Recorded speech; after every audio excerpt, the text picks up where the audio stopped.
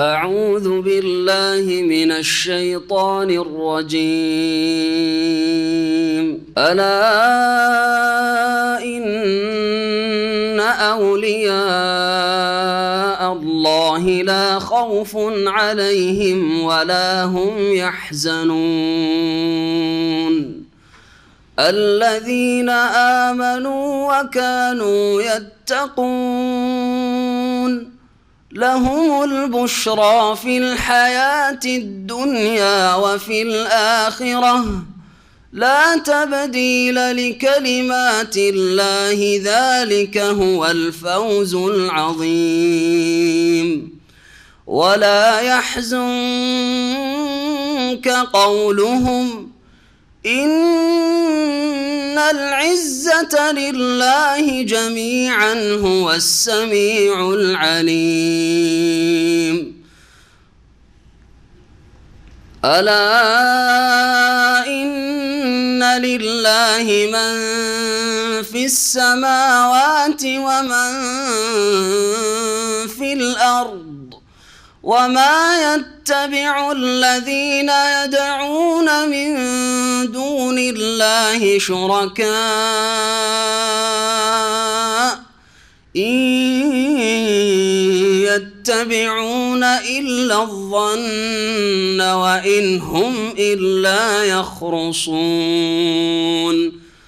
هو الذي جعل لكم الليل لتسكنوا فيه والنهار مبصرا إن في ذلك لآيات لقوم يسمعون. قالوا اتخذ الله ولدا سبحانه هو الغني له ما في السماوات وما في الأرض إن عندكم بسلطان بهذا أتقولون على الله ما لا تعلمون. قل إن الذين يفترون على الله الكذب لا يفلحون. متاع في الدنيا ثم إلينا مرجعهم ثم نذيقهم العذاب الشديد بما كانوا يكفرون. واتل عليهم نبأ نوح إذ قال لقومه يا قوم إن كان كبر عليكم مقامي وتذكيري بآيات الله فعلى الله توكلت فأجمعوا أمركم وشركاءكم ثم لا يكن أمركم عليكم غمة ثم قضوا إلي ولا تنظرون. فإن توليتم فما سألتكم من أجر إن أجري إلا على الله وأمرت أن أكون من المسلمين. فكذبوه فنجيناه ومن معه في الفلك وأغرقنا الذين كذبوا بآياتنا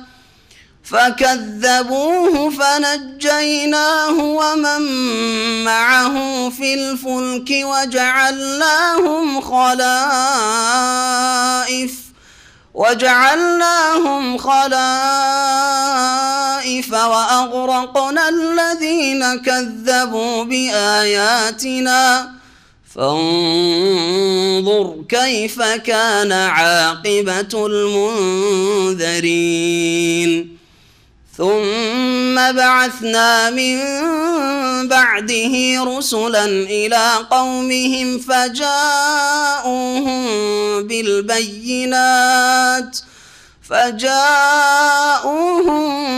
بالبينات فما كانوا ليؤمنوا بما كذبوا به من قبل كذلك نطبع على قلوب المعتدين ثم بعثنا من بعدهم موسى بآياتنا إلى فرعون وملئه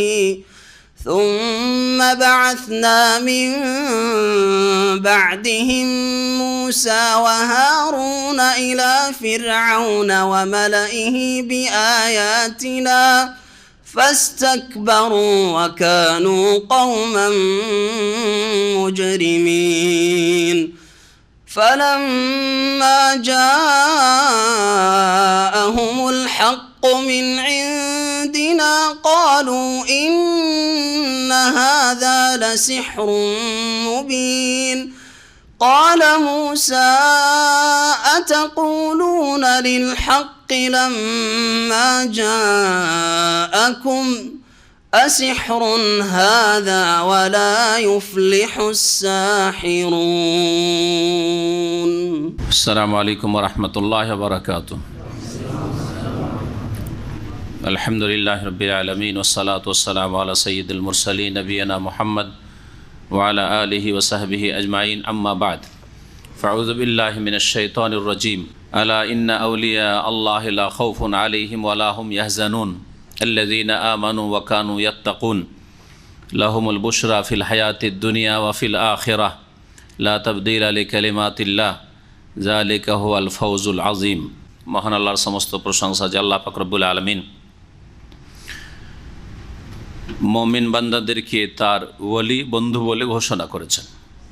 সালাত এবং সালাম নাজিল হোক নবী মুহাম্মদুর রাসূলুল্লাহ সাল্লাল্লাহু আলাইহি সাল্লামের উপর, যিনি আল্লাহ পাক রব্বুল আলামিনের সবচাইতে বড় ওলি ছিলেন, সবচাইতে বড় খলিল অন্তরঙ্গ বন্ধু ছিলেন। আমাদের তাফসীর হবে সূরা ইউনূসের আয়াত নম্বর ৬২ থেকে। আল্লাহ পাক রব্বুল আলামিন সূরা ইউনূসের আয়াত নম্বর ৬২, ৬৩, ৬৪ এই আয়াতগুলিতে আল্লাহ পাক রব্বুল আলামিনের যে বন্ধুরা রয়েছে মানব জাতির মধ্যে, জিন জাতির মধ্যে এবং মালায়েকাগণ, এদের সম্পর্কে বলা যেতে পারে যে মানুষ জাতির মধ্য থেকে আল্লাহ পাক রব্বুল আলামিন ওলি কারা, জিনদের মধ্য থেকে আল্লাহ পাকের ওলি বন্ধু কারা, আর মালায়েকা ফেরেশতা সকলে সৎকর্মশীল, তাদের দ্বারা পাপ হয় না। সুতরাং প্রত্যেক ফেরেশতা মালায়েকা আল্লাহ পাকের ওলি বন্ধু এবং মালায়েকা ফেরেশতা মুমিনদের বন্ধু। ফাইনাল্লাহু ওয়া মাওলাহু ওয়া জিবরিল ও সালেহুল মুমিনিন ওয়াল মালায়েকাতু বাদা যালিকা যাহির। আল্লাহ পাক বলেছেন সূরা বাকারায়। আল্লাহ পাকের ওলি কারা এবং আল্লাহ পাকের ওলিদের জন্য ইহকাল পরকালে কি রয়েছে এই বিষয়টি আল্লাহ পাক উল্লেখ করেছেন। এই আল্লাহ পাকের ওলি সম্পর্কে আমাদের মুসলিম সমাজে, বিশেষ করে ভারত, বাংলাদেশ, পাকিস্তানে আর ওই সব দেশগুলিতে, যেসব দেশে সুফিবাদ ছড়িয়েছে, পীরতন্ত্র ছড়িয়েছে, পীর মরিদের ব্যবসা ছড়িয়েছে, সেসব দেশে বিভ্রান্তি রয়েছে, গুমরাহি রয়েছে। সুতরাং কোরআনে কারীমের আলোকে আল্লাহর ওলিকে জানুন। আল্লাহ পাক ইরশাদ করেছেন সূরা ইউনূসের এই আয়াতগুলিতে, আলা জেনে রাখো, শোনো। আলা হারফে তানবিহ, সতর্ক করার জন্য, সজাগ করার জন্য। যেমন আমরা কেউ আছে সামনে, যাকে সম্বোধন করতে চাইছি, তো সম্বোধন করার জন্য আগে একটু সজাগ করছি যাতে কথাগুলি মনোযোগ সহকারে শোনে। এই জন্য আমরা বলি শোনেন, এটা শোনার প্রয়োজন নাই, হ্যাঁ একটু খেয়াল করেন। তো আলা শব্দ দিয়েই আরবিতে এই কাজটি হয়। আলা শাব্দিক অর্থ শুনুন না, আলা হারফে তানবিহ সতর্কীকরণের অক্ষর এটি। আলা শোনন, জেনে রাখুন, ইন্না আউলিয়া আল্লাহ, নিঃসন্দেহে আল্লাহর বন্ধুরা, ওলির বহু বচন হচ্ছে আউলিয়া, আল্লাহর ওলিরা বন্ধুরা এমন লা খাউফুন আলাইহিম, যাদের কোনো ভয়ভীতি নেই, ওয়ালাহুম ইয়াহজানুন, আর যারা চিন্তিত হবে না। ভয়ভীতি আর চিন্তা, এই দুটি কথা আল্লাহ বলেছেন। দুটি একই জিনিস না ভিন্ন ভিন্ন জিনিস? একই জিনিস, ভিন্ন ভিন্ন। কি পার্থক্য বুঝান তো দেখি। ভয় নেই, চিন্তা নেই, তো ভয় হলে তো চিন্তা হয়, চিন্তা হলে তো ভয় হয়। তো চিন্তা আর ভয়টা কোন কোন ক্ষেত্রে প্রয়োগ হয়? চিন্তা, হুজন, দুশ্চিন্তা, আর খৌফ, ভয়, এই দুটোতে পার্থক্য শুনে রাখেন। ভয় মানুষ করে সামনে যেদিকে যাচ্ছে ওই দিকে জানি না আমার কি হবে, জানি না কি আছে সামনে। সামনের দিকটাকে ভয় করলে, সামনের দিক সম্পর্কে কিছু আশঙ্কা যদি থাকে বিপদ আপদের, তাহলে ওখানে ভয় ভীতি শব্দটি ব্যবহৃত হয়, খৌফ। আল্লাহ বলছেন লা খাউফুন আলাইহিম, যেদিকে আল্লাহর ওলি যাচ্ছে সেদিকে গিয়েও কোনো ভয় নেই। সামনে জীবনে যতদিন পৃথিবীতে জীবনটা আছে, আর মওতের পরে যে জীবনটা আছে, বরজাখের জীবন, কবরের জীবন আছে, আর তারপরে যে বিচার দিবস আছে, হিসাব নিকাশ আছে আল্লাহর সামনে, তারপরে পুল আছে যে সেরাত পার হয়ে যেতে হবে, প্রত্যেককে পার করতে হবে, আর না হলে জান্নাতে যাওয়া যাবে না। তারপরে সামনে যে জাহান্নাম আছে, জান্নাত যদি নসিব না হয় তো জাহান্নাম রয়েছে। লা খাউফুন আলাইহিম, কোনো ভয় নেই, সামনের দিকে কোনো ভয় নেই। যেমন নেতাদেরকে আজকাল ভক্তরা বলে নেতাদের, আপনি সামনে বাড়ুন, ভয় করিয়েন না, আমরা আছি পিছনে। তো সামনের দিকে যাওয়ার ক্ষেত্রে ভয় লাগে যে কি জানি এই গলিতে ঢুকবো কি ঢুকবো না, ভয়। আল্লাহ বলছেন ওই ভয়টাও, সামনের দিকে কোনো ভয় নেই। হুজন, দুশ্চিন্তা কোন ক্ষেত্রে ব্যবহৃত হয়? হুজন শব্দটি পেছনে যা ছেড়ে যাচ্ছেন, পেছনে যা রেখে যাচ্ছেন সেগুলির ক্ষেত্রে টেনশনে ভুগছেন। যেমন দেশে ছেড়ে এসছেন, বিয়ে করে স্ত্রী ছেড়ে এসছেন, ছেলে মেয়ে হয়েছে ছেলে মেয়ে ছেড়ে এসছেন, বৃদ্ধ বাপ মা ছেড়ে এসছেন, পাড়া প্রতিবেশী ভালো না, গ্রামের লোক ভালো না, অথবা নিরাপত্তা নেই ইত্যাদি। টেনশন করছেন না অনেক সময়? যদি তার উপরে যদি ব্যবহার ভালো না থাকে স্ত্রীর, ছেলে মেয়েদের, তাহলে আরও চিন্তা। তো পিছনে যা মানুষ ছেড়ে আসে ওই ক্ষেত্রে কি করে? দুশ্চিন্তা আসে যে কি হবে না হবে, কি হবে না হবে। তো যেই মানুষ সামনের দিকে চলে যাচ্ছে, আর আমরা সকলে কিন্তু সামনের দিকে মওতের দিকে যাচ্ছি, কবরের দিকে যাচ্ছি না? সকলে যাচ্ছি। পেছন দিকে যাদেরকে ছেড়ে যাচ্ছি, স্ত্রী, ভয় লাগছে, মারা গেলে বিধবা, হাই কে দেখবে ওকে, ছেলে মেয়ে, হাই এরা ইয়াতিম হয়ে যাবে, এখনও ছোটো আছে, ইয়াতিম হয়ে যাবে, কে দেখবে, কে এদের দেখাশোনা করবে, কে এদের লালন পালন করবে, কে এদেরকে ভালো রাস্তা দেখাবে, কে এদেরকে মানুষ করবে। এই যে দুশ্চিন্তা পেছন দিক সম্পর্কে, আল্লাহ বলছেন ওয়ালাহুম ইয়াহজানুন, তাদের পেছন দিক সম্পর্কে যা ছেড়ে আসছে, যাদেরকে ছেড়ে আসছে তাদের সম্পর্কেও কোনো চিন্তা নেই। জমি জায়গায় ছেড়ে যাচ্ছেন, কত লোকের কাছে যে পাওনা দাওনা আছে, পাবেন আপনি, চিন্তা করছেন আপনি যদি মারা যায় অবস্থায় কি হবে, এই টাকাগুলো উঠে আসবে, আমার ছেলে মেয়েদের হকে লাগবে। এই যে দুশ্চিন্তা, এইভাবে যতগুলি পেছন দিকে হইতে পারে দুশ্চিন্তার বিষয়, তাদের বিবাহ শাদী, ভবিষ্যৎ জীবন, শিক্ষা দীক্ষা, আল্লাহ বলছেন ওয়ালাহুম ইয়াহজানুন, ওইসব চিন্তা নাই, ও আল্লাহর দায়িত্বে, আল্লাহর জিম্মায়, আল্লাহ দেখে নেবেন, আল্লাহ তার জন্য তদবির করে দেবেন, ব্যবস্থা করে দেবেন। ওয়ালাহুম ইয়াহজানুন, এর চাইতে বড় সুসংবাদ আর কি হইতে পারে? আল্লাহর বন্ধুদের জন্য এর চাইতে বড় সুসংবাদ আর কি হইতে পারে? সামনে যেদিকে যাচ্ছেন, মানুষ হয় পেছন দিকে নয় সামনে, দুটো দিক আছে, পেছন দিকেও কোনো চিন্তা নেই, আর সামনের দিকে কোনো ভয় নেই। চলতে থাকেন আপন গতিতে, যতক্ষণ পর্যন্ত আল্লাহর সাথে বন্ধুত্ব কায়েম আছে, আল্লাহর ওলায়াত আপনাকে হাসিল আছে, আল্লাহ পাক রব্বুল আলামিনের অভিভাবকত্ব যতক্ষণ পর্যন্ত আছে আপনার উপর, আর যখন আল্লাহ পাক তার অভিভাবকত্ব টেনে নেবেন যে তোকে দেখবো না, কখন? যখন কুফরি করবেন, যখন শিরক করবেন, যখন আল্লাহ ছাড়া অন্যকে ডাকবেন, অন্যের উপর আস্থা ভরসা করবেন যে গোস কুতুব দিতে পারে, কবর মাজার থেকে পাওয়া যায় ইত্যাদি, হ্যাঁ, এই তাবিজ থেকে এই হয়, বালা মুসিবত দূর হয়, অথবা পীর আছে, বুজুর্গ আছে, যার মরিদ হয়েছে ও জান্নাতে নিয়ে যাবে, তখন আল্লাহ পাক তার বেলায়াত, তার অভিভাবকত্ব টেনেন না, তখন আল্লাহ পাকের সাহায্য থাকেন, তখন চারিদিক থেকে ভয় ঘিরবে। সুতরাং তারা যে বলেছে যে যার পীর আছে তার কোনো ভয় নেই, বরং উল্টো ভয় আছে, কারণ আল্লাহর কোনো মদত তাদের সাথে নেই, অন্যের আস্থা করে বসে আছে, অন্যের আস্থা করে বসে আছে, সেই জন্য আল্লাহ পাকের সাহায্য তাদের সাথে নেই। বুঝতে পেরেছেন আয়াত?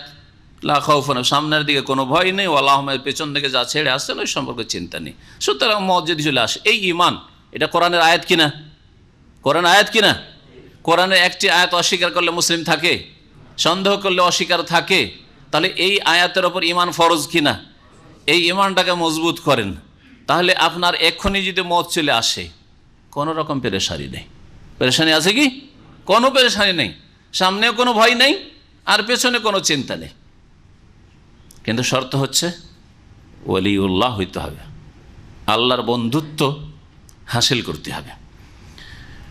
আচ্ছা, আল্লাহর বন্ধু কেমন করে হবেন? তাহলে এই কথা যখন আল্লাহ বললেন যে আল্লাহর ওলিদের কোনো ভয় নেই, চিন্তা নেই, প্রশ্ন জাগছে প্রশ্নকারী যে তারা কারা, তাহলে কেমন করে আল্লাহর ওলি হব, কেমন করে আল্লাহর দোস্ত হব, আল্লাহর ভালোবাসা হাসিল করব? আল্লাহ তার জবাব বলছেন পরের আয়াতে, আয়াত নম্বর 63, আল্লাযীনা আমানু ওয়া কানু ইয়াত্তাকুন। বেশি নয়, দুটো গুণ লাগবে। আল্লাহর ওলি হওয়ার জন্য দুটো বৈশিষ্ট্য লাগবে। প্রথম বৈশিষ্ট্য হচ্ছে আল্লাযীনা আমানু, আল্লাহর ওলি ওরা যারা ঈমানদার হয়েছে। আর ঈমানের স্তম্ভ হচ্ছে 6টি। এই 6টি বিষয়ের প্রতি বিশ্বাস রয়েছে।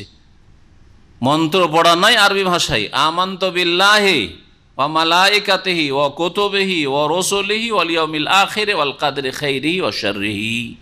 এগুলির অর্থ বুঝে, হ্যাঁ, আল্লাহর প্রতি ঈমান, আল্লাহর মালাইকার প্রতি ঈমান, আল্লাহর প্রতি ঈমানের জন্য কয়টি বিষয় লাগে, ঈমান বিল্লাহ আমার আলোচনা আছে একটি, হ্যাঁ, আল্লাহর প্রতি ঈমানের জন্য 4টি দিক লাগে, আল্লাহর অস্তিত্ব আর তাওহীদের 3টি প্রকার, ঠিক না?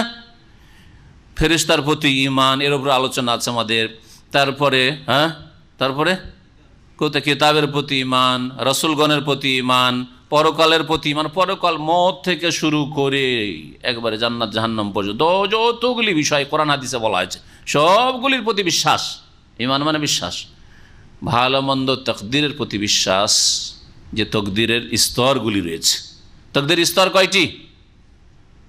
তাকদীরের স্তর কয়টি? 4টি। মাশাআল্লাহ, তাকদীরের স্তর 4টি। শুধু তকদির, কিন্তু তকদির সম্পর্কে কয়েকটি আলোচনা আছে, শুনবেন, এগুলি পড়বেন, পড়েন না হয় শোনেন, আপনার দিন শিখা ফরজ। তাহলে ঈমান মানে শুধু এই নয় বাস আমি বিশ্বাস করি। আরে কি বিশ্বাস করেন? কিছু জানি না তো বিশ্বাস করি, এইরকম মূর্খ মুসলমান হইলে হবে? এই 6টি বিষয় সম্পর্কে জানতে হবে। একজন নতুন মুসলিম যখন মুসলিম হইতে আসে এই 6টা শিখাই আমরা। আর 5টি হচ্ছে ইসলামের রোকন, ইসলামের স্তম্ভ। কি? কালেমা তাইয়্যিবার শাহাদাত দেওয়া, লা ইলাহা ইল্লাল্লাহ মুহাম্মাদুর রাসূলুল্লাহর কি করা? শাহাদাত দেওয়া। এই 2টি সাক্ষ্য প্রদান করা 2টি বাক্যের, আশহাদু আল্লা ইলাহা ইল্লাল্লাহ ওয়া আশহাদু আন্না মুহাম্মাদান রাসূলুল্লাহ। 2 নম্বর ইকামিস সালাত, 5 ওয়াক্ত সালাত কায়েম করা। 3 নম্বর যাকাত প্রদান করা। 4 নম্বর সওমে রমজান, রমজান মাসের সিয়াম রাখা, রোজা রাখা। আর 5 নম্বর বাইতুল্লাহর হজ করা, জীবনে একবার ফরজ। 6 5 কয়টি হলো?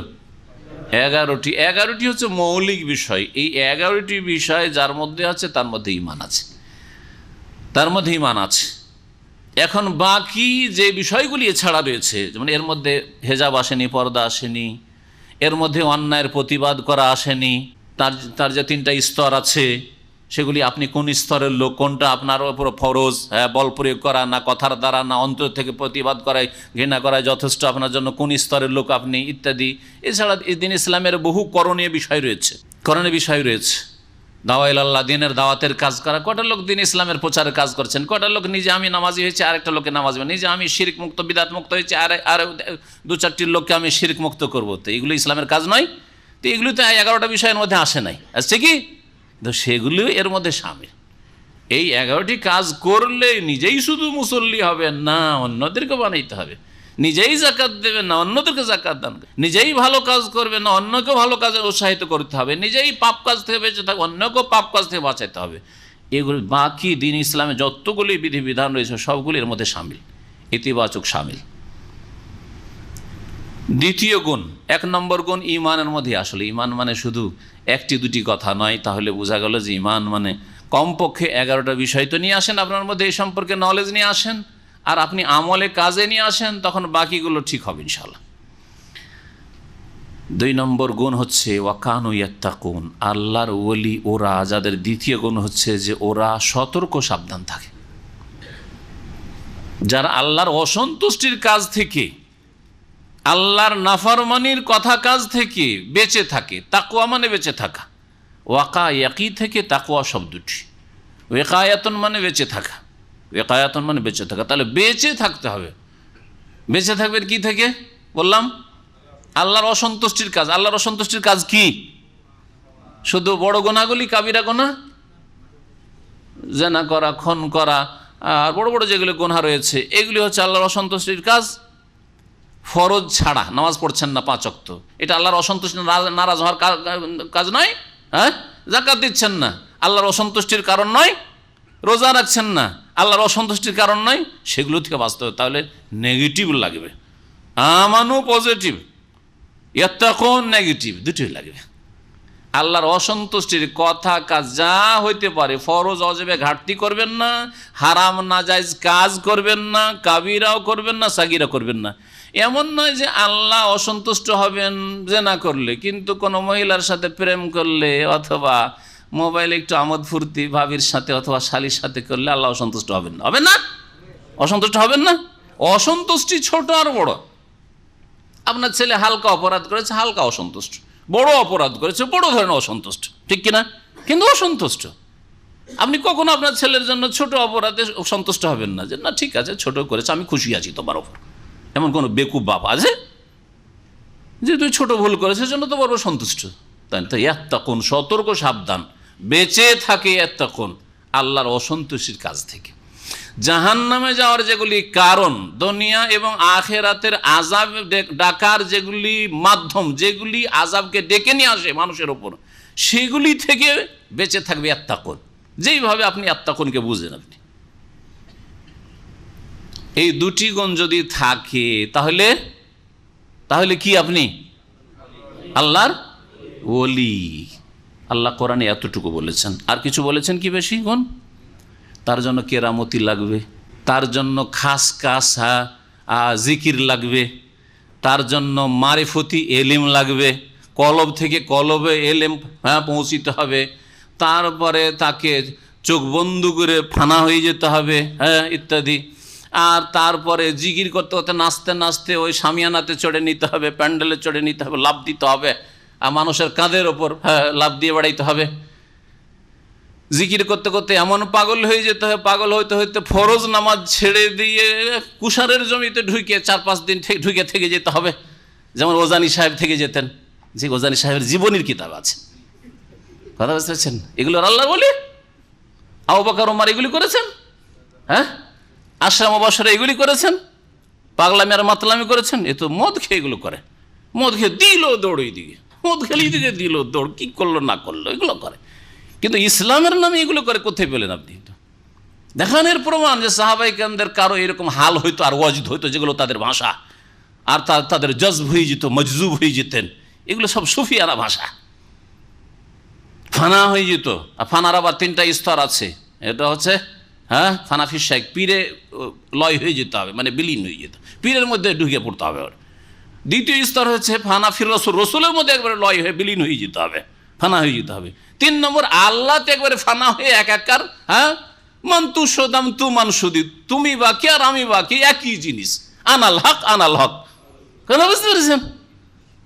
এগুলো ফার্সিয়ানরা শিখিয়েছে যে আল্লাহ তুমি কে আর আমি কে, তুমি যা সেটাই আমি। আউযুবিল্লাহ, এটাই তো করেছিল হোসেন মানুষের হাল্লাজ। ওগুলো আল্লাহর ওলি, ওলি ওরা, কিন্তু কার ওলি? ভালো করে শুনে রাখেন আর বুঝে রাখেন। ওলি অবশ্যই, কিন্তু শয়তানের ওলি। কারণ আল্লাহ পাক দুইভাবে ভাগ করেছেন কোরআনে কারিমে, হয় আল্লাহর ওলি হবে, আর আল্লাহর ওলি যদি না হইতে পারে তো কার ওলি হবে? শয়তানের ওলি হবে, এতে কোনো সন্দেহ নেই। দুইয়ের এক। আমি আপনি যদি আল্লাহর ওলি না হইতে পারি তো নিঃসন্দেহে শয়তানের ওলি, সেটা আল্লাহর কাছে। আপনি আপনার খেয়াল খুশি আমাকে শয়তান ওলি বানিয়ে দেবেন, এটা নয়, ওটা আল্লাহর কাছে ফয়সালা। এবং আল্লাহর কোরআন দিয়ে বিচার করতে হবে যে আল্লাহর কোরআনের আলোকে আপনি আমি আল্লাহর ওলি হতে পেরেছি না শয়তানের ওলি। কোরআনে কারিমে তো বলছে যে আমানু ওয়া কানু ইয়াত্তাকুন, ঈমান ঠিক তাকওয়া ঠিক, ঈমান ঠিক তাকওয়া ঠিক। তাহলে আপনি আল্লাহর ওলি। ওলি দুই রকমের, ওলি দুই ভাগে বিভক্ত। উলামায়ে কেরামরা বলেছেন কোরআন এবং হাদিসের আলোকে যে বেলায়াত হচ্ছে দুই, বেলায়াতে আম্মা, বেলায়াতে খাসা।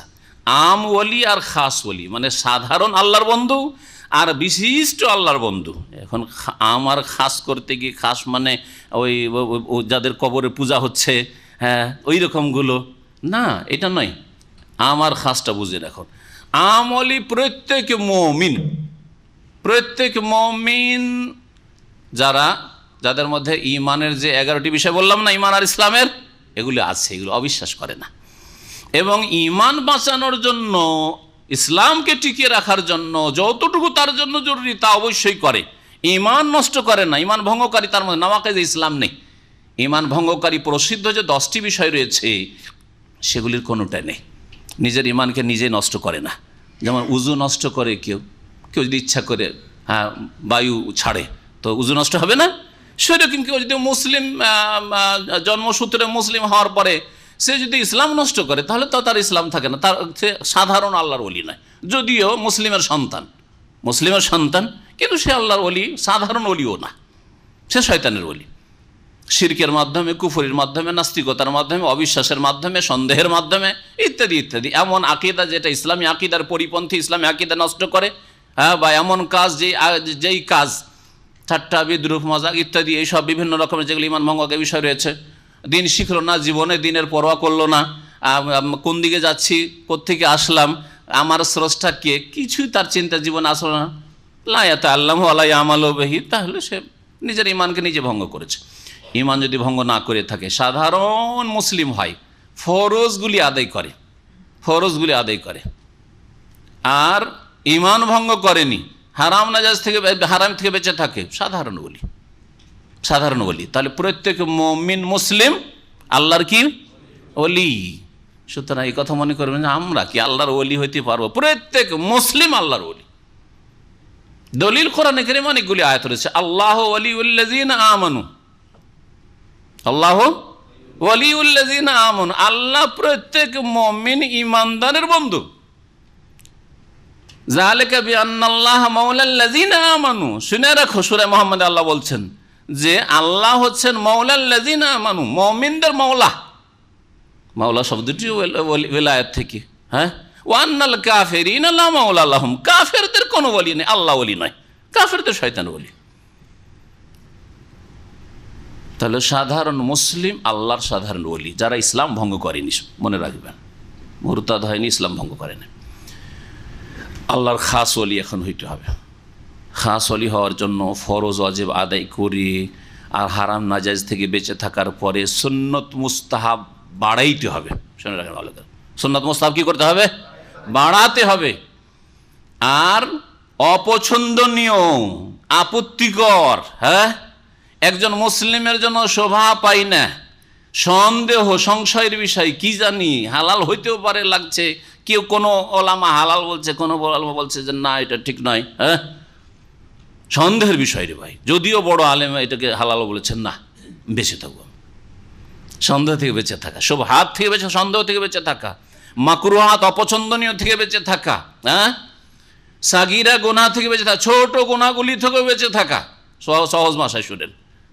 এইভাবে যদি বেঁচে থাকেন আর সুন্নত মুস্তাহাবকে বাড়াবেন, যেমন নামাজের ক্ষেত্রে নেন, 5 ওয়াক্ত ফরজ নামাজ পড়েন, তারপরে 12 রাকাত সুন্নত পড়ছেন, বেতর পড়ছেন, তারপরে তাহাজ্জুদ পড়ছেন, হ্যাঁ, তাহাজ্জুদ আবার লম্বা করে তাহাজ্জুদ পড়ছেন, টিকা সারা নয়, হ্যাঁ, ইশরাক বা সালাতুদ দুহা, এই নামাজগুলিও পড়ার চেষ্টা করছেন, হ্যাঁ।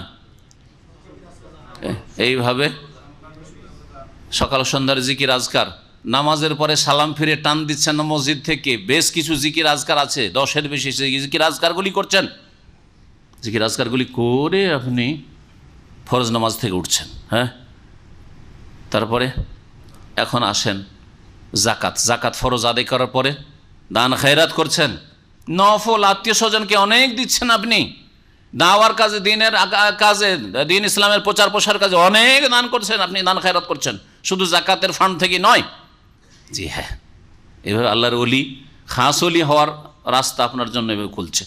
রোজা, রমজান মাসে রোজা রেখেছেন, তারপরে 6 শওয়াল রাখলেন, আবার হ্যাঁ মাসে, প্রতি মাসে ধরলে আমি 20, 13, 14, 15 চাঁদের এগুলো রাখার চেষ্টা করছেন। হ্যাঁ, সোমবার বৃহস্পতিবার চেষ্টা করছেন, আরফার রোজা রাখার চেষ্টা করছেন, তারপরে মহরমের আশুরা রোজা রাখার চেষ্টা করছেন। এইভাবে আপনার বাড়ান, নফল কাজ বাড়ান।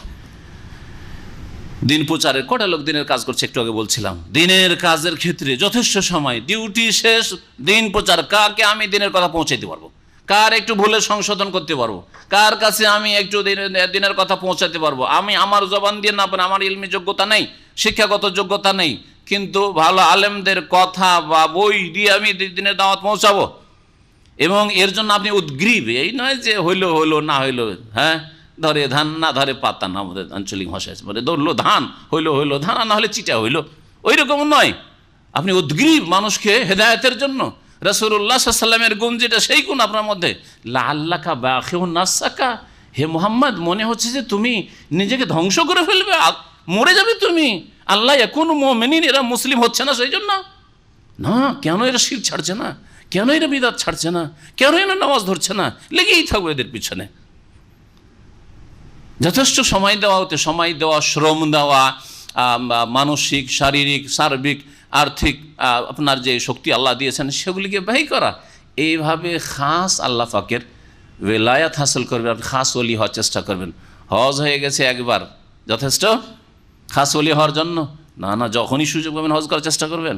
হ্যাঁ, ওমরা বছরে একটা, এটা তো অনেক বেশি বললাম, বাংলা ভাষাভাষী তো হজই ওমরাই করতে চাই না। হ্যাঁ, ওমরাতে 80 টাকা 100 টাকা লাগে, তাতেই 2-4-5 বছর, অনেকে শুনে যে 5 বছর ওই ওমরাই যায়নি, না হুজুবিল্লাহ 5 বছর ওমরা যায়নি, কোন কথা হইল? বছরে যখন তখন 3 মাস 4 মাস 2 মাস পর সুযোগ পেলে, ছুটি পেলেই একটা ওমরা করে আসি, এতে আপনার আল্লাহর ওয়েলায়াত বাড়ছে, আল্লাহর বন্ধুত্ব আপনার বৃদ্ধি পাচ্ছে, আপনার খাস ওলি হতে যাচ্ছেন। এইভাবে আপনার চলাফেরা, তওবা, ইস্তেগফার। একটা লোক সারা দিনে 1 2 আস্তাগফিরুল্লাহ পড়ে না, এটাও এক মুসলিম, কারণ আস্তাগফিরুল্লাহ পড়া যদি ওইরকম কোনো কাবিরা গুনাহ বা গুনাহ না করে থাকে তাহলে মুস্তাহাব, ফরজ নয়। গুনাহ করে থাকে তাহলে ইস্তেগফার করবে, ফরজ। কিন্তু যদি গুনাহ, বড় গুনাহ তার চোখে না পড়ে তাহলে মুস্তাহাব সাধারণ অবস্থায়। কিন্তু আরেকটি লোক শতবার তিনি আস্তাগফিরুল্লাহ পড়ছে, দুজনে সমান। একজন আল্লাহর আম ওলি, সাধারণ ওলি, আর একজন হচ্ছে আল্লাহর খাস ওলি। সবসময় যেমন আল্লাহকে স্মরণ রেখেছেন, অন্তর থেকে আল্লাহকে স্মরণ রেখেছেন, সুতরাং অন্তর কখনো আল্লাহ থেকে গাফে না, আল্লাহর দিন থেকে গাফে না, কখনো পাপের দিকে যায় না। হ্যাঁ, অঙ্গ প্রত্যঙ্গ কখনো গুনহার দিকে যায় না। হ্যাঁ, তারপরে আপনার চলা ফেরা সব কিছু, আখলাক, আমল, শুধু ইবাদত বন্দেগীর ক্ষেত্রে না, আখলাকের ক্ষেত্রেও উন্নত আখলাকের অধিকারী আপনি। আখলাক চরিত্র মাশাআল্লাহ আপনার কত সুন্দর, কোনো মানুষ আপনার দ্বারা কষ্ট পায় না, অন্যায়ভাবে কাউকে কষ্ট দেন না, কাউকে ভালো কথা উত্তমভাবে বলাতেও যদি কেউ কষ্ট পায় সেটা আলাদা কথা, সেটা আপনি কষ্ট দিলেন না, তার রোগ সারাতে চাইছেন। তার উদাহরণ হচ্ছে ওই রকমই, যেমন ছোট বাচ্চাদের ওষুধ খাওয়াইতে গেলে এত সিরাপগুলোকে মিষ্টি করে রেখেছে, আর বিভিন্ন রকমের তাতে কি স্বাদ ওতে রয়েছে, কোনোটাতে ফ্রুটের কত কী রয়েছে, আছে কি নাই? তারপরও বাচ্চাদেরকে ওষুধ খাওয়াইতে পারেন না, করেন কি? তখন বাপ মা ভালোবাসে না, সবচেয়ে বেশি ভালোবাসে ওই ছোটো বাচ্চাগুলোকে। মুখ ফেড়ে, একা পারছে না, মা পারছে না, এই ধরো তো, ওকে চেপে ধরো তো। বাচ্চাটাকে ধরেছে, মাথা চেপে ধরেছে, গোটা বডি চেপে ধরেছে, চেপে ধরে মুখে ঢুকাচ্ছে, আর খাচ্ছে না, করে ফেড়ে ধরে আছে ওষুধ খাওয়াবার জন্য। কষ্ট দেওয়া উদ্দেশ্য নাকি? কষ্ট দেওয়া উদ্দেশ্য না, রোগে নিরাময় উদ্দেশ্য। হ্যাঁ, ওকে সুখী করা উদ্দেশ্য, সুস্থ করা উদ্দেশ্য, বাঁচুক আরও দীর্ঘ, মরে না যায় অসুখ বেড়ে গিয়ে। ঠিক তেমনই যদি দ্বীন ইসলামের কথা বলতে গিয়ে, কোরআন সুন্নাহর কথা বলতে গিয়ে উত্তম পন্থায়, তরিকাটা ভালো হইতে হবে, ভালো তরিকাতে হইতে হবে। বলতে গিয়ে যদি কেউ কষ্ট পায় সেটা আপনি কষ্ট দিলেন না, সেটা আপনি কষ্ট দিলেন না, সে অন্যায়ভাবে কষ্ট অনুভব করেছে। এই জন্য আমাদের দেশে একটা কথা আছে যে হক কথা তিতা লাগে, তিতা হয় না।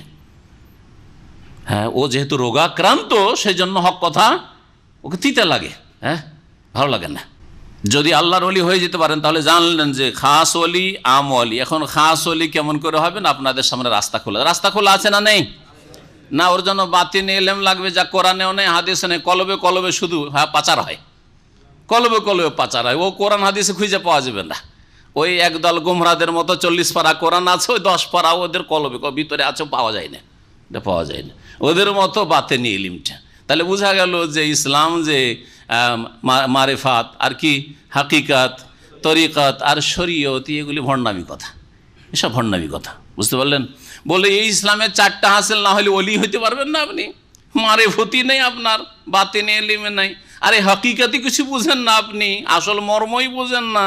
আল্লাহর বান্দার যে সম্পর্কের যে মর্ম, ওই হাকিকাতি বুঝেন না আপনি। তরিকতি জানেন না আপনি। সুফি তরিকা ধরতে হবে, নবীর তরিকায় হবে, হয় নকশবন্দি হইতে হবে, না চিস্তি হইতে হবে, সাবেরি হইতে হবে, মুজাদ্দিদি হইতে হবে, ওই কাদেরি হইতে হবে, একটা তরিকাতে আসতে হবে। এগুলো হচ্ছে তাদের ওলি হওয়ার। এগুলো আল্লাহ দেননি, রসুল দেননি, সুতরাং এগুলো অন্য রাস্তা। এগুলো ডানে বামে ছোটোখাটো রাস্তা, যে রাস্তাগুলিতে কে বসে আছে আপনাদের ভালো করে জানা আছে। জি, নবী করিম সাল্লাল্লাহু আলাইহি সাল্লাম লম্বা লাইন টেনে দিয়ে ছোটো ছোটো ডানে বামে বেশ কিছু রাস্তা দেখার পরে বললেন যে এইটা হচ্ছে আল্লাহর সিরাতুল্লাহিল মুস্তাকিম, আর ওর শেষ দিকে জান্নাত। আর ডানে বামে এগুলো হচ্ছে হাজিহি সবুল, এগুলো ছোটো ছোটো রাস্তা, হ্যাঁ, যে শাখা রাস্তাগুলি থাকে। এই অফিকুল্লে সাবিলিন শয়তানুন, আর প্রত্যেক রাস্তার মোড়ে ওই চকে শয়তান বসে আছে। এই মোড়ে কি বসে বসে কি করছে?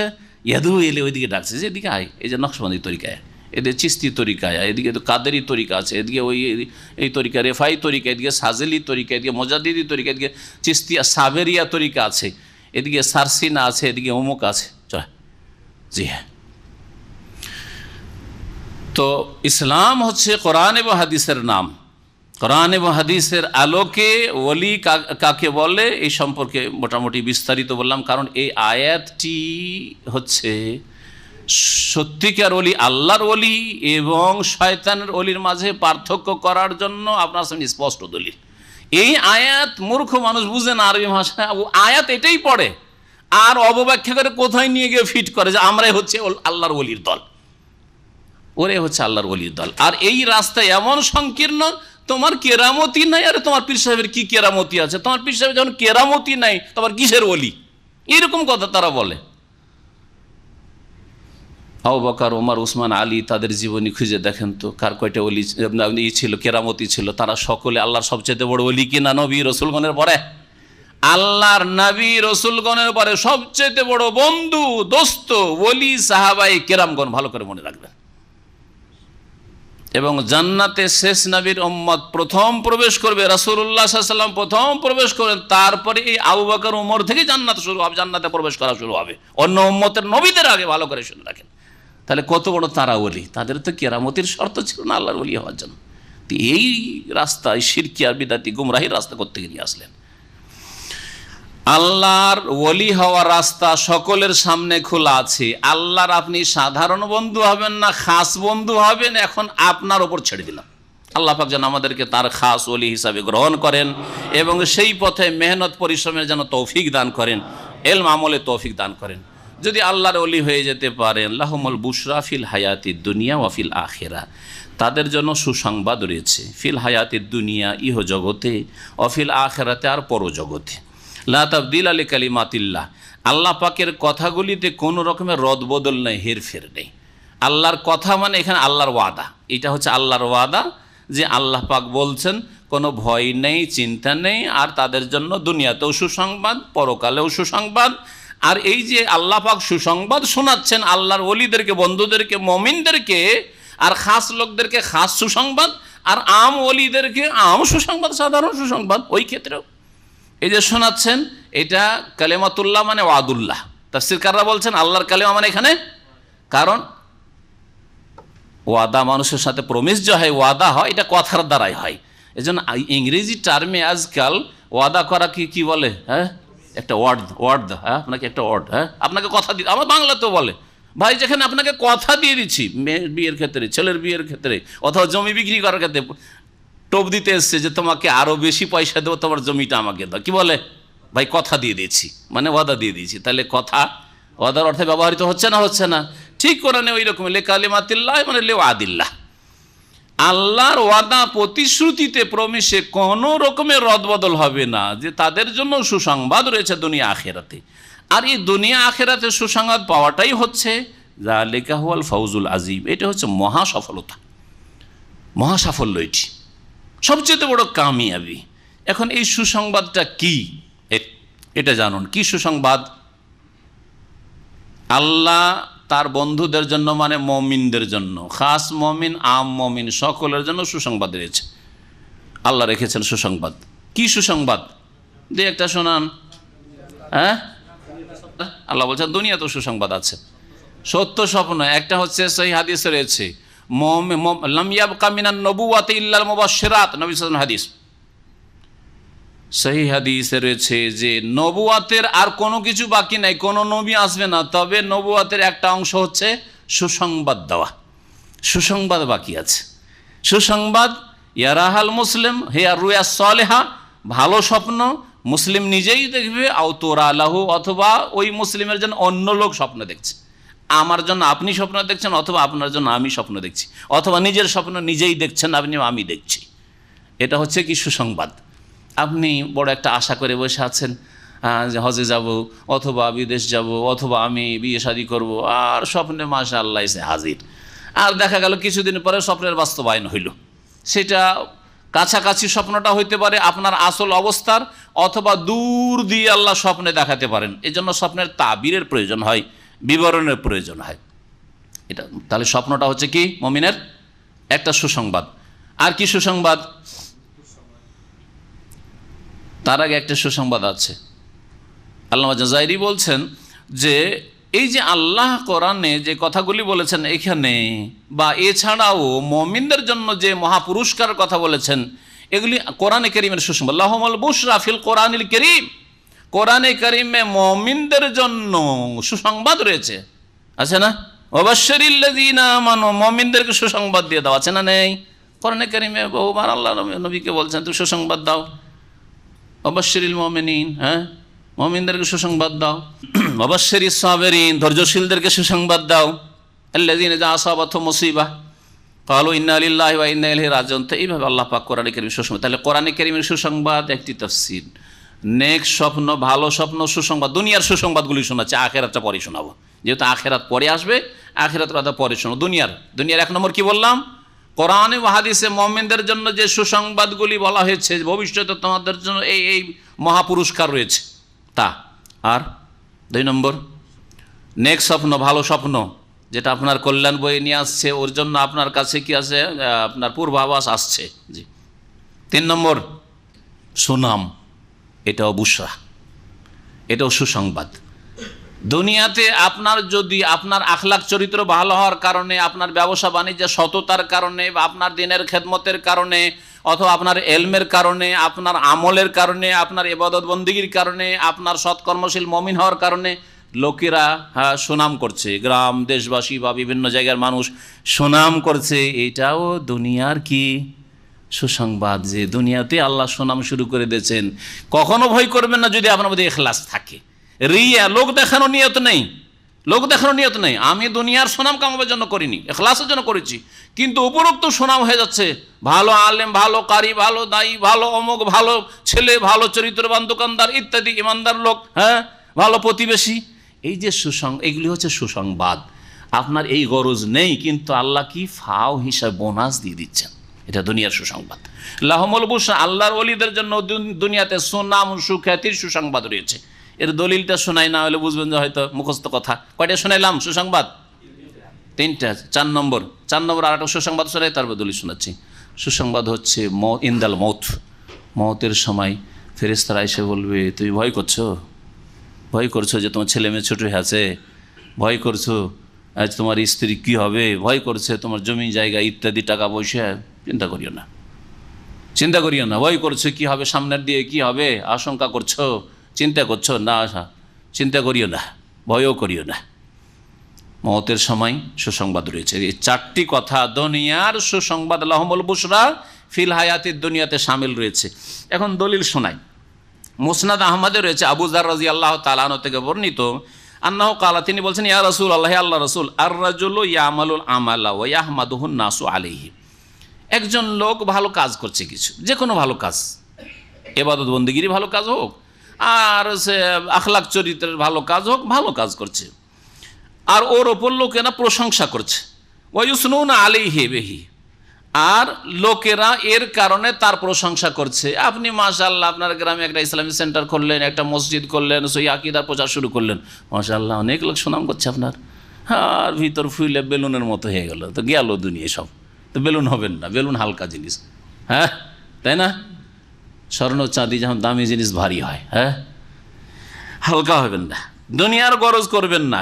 যদি এরকম প্রশংসা হয় তাহলে কি তার দুনিয়াতে আল্লাহ নগদ নগদ দিয়ে দিলেন আর আখেরাতে দেবেন না, মাহরুম করে দিবেন না? বলছেন না, নবী বলছেন কাল ফাকাল রাসূলুল্লাহ তিলকা আজেলো বুশরাল মুমিন, এটা হচ্ছে মুমিনের নগদ নগদ সুসংবাদ।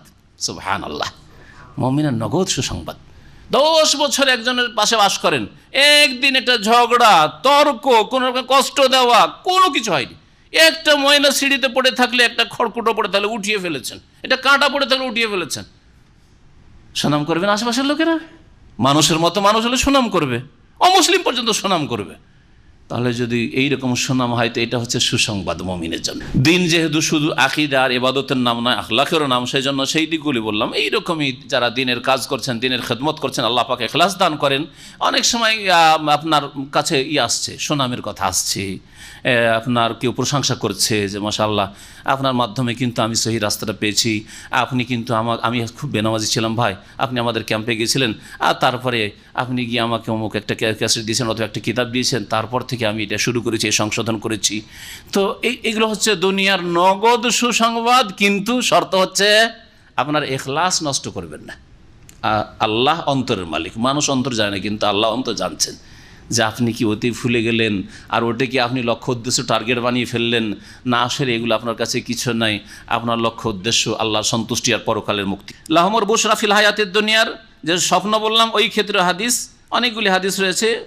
ইবনে কাসিরে আর রুয়াস সালেহ ইউবাশশিরুহাল মুমিন, এই নেক যে স্বপ্ন রয়েছে, ভালো স্বপ্ন রয়েছে, মুমিনকে এতে সুসংবাদ দেওয়া হয়।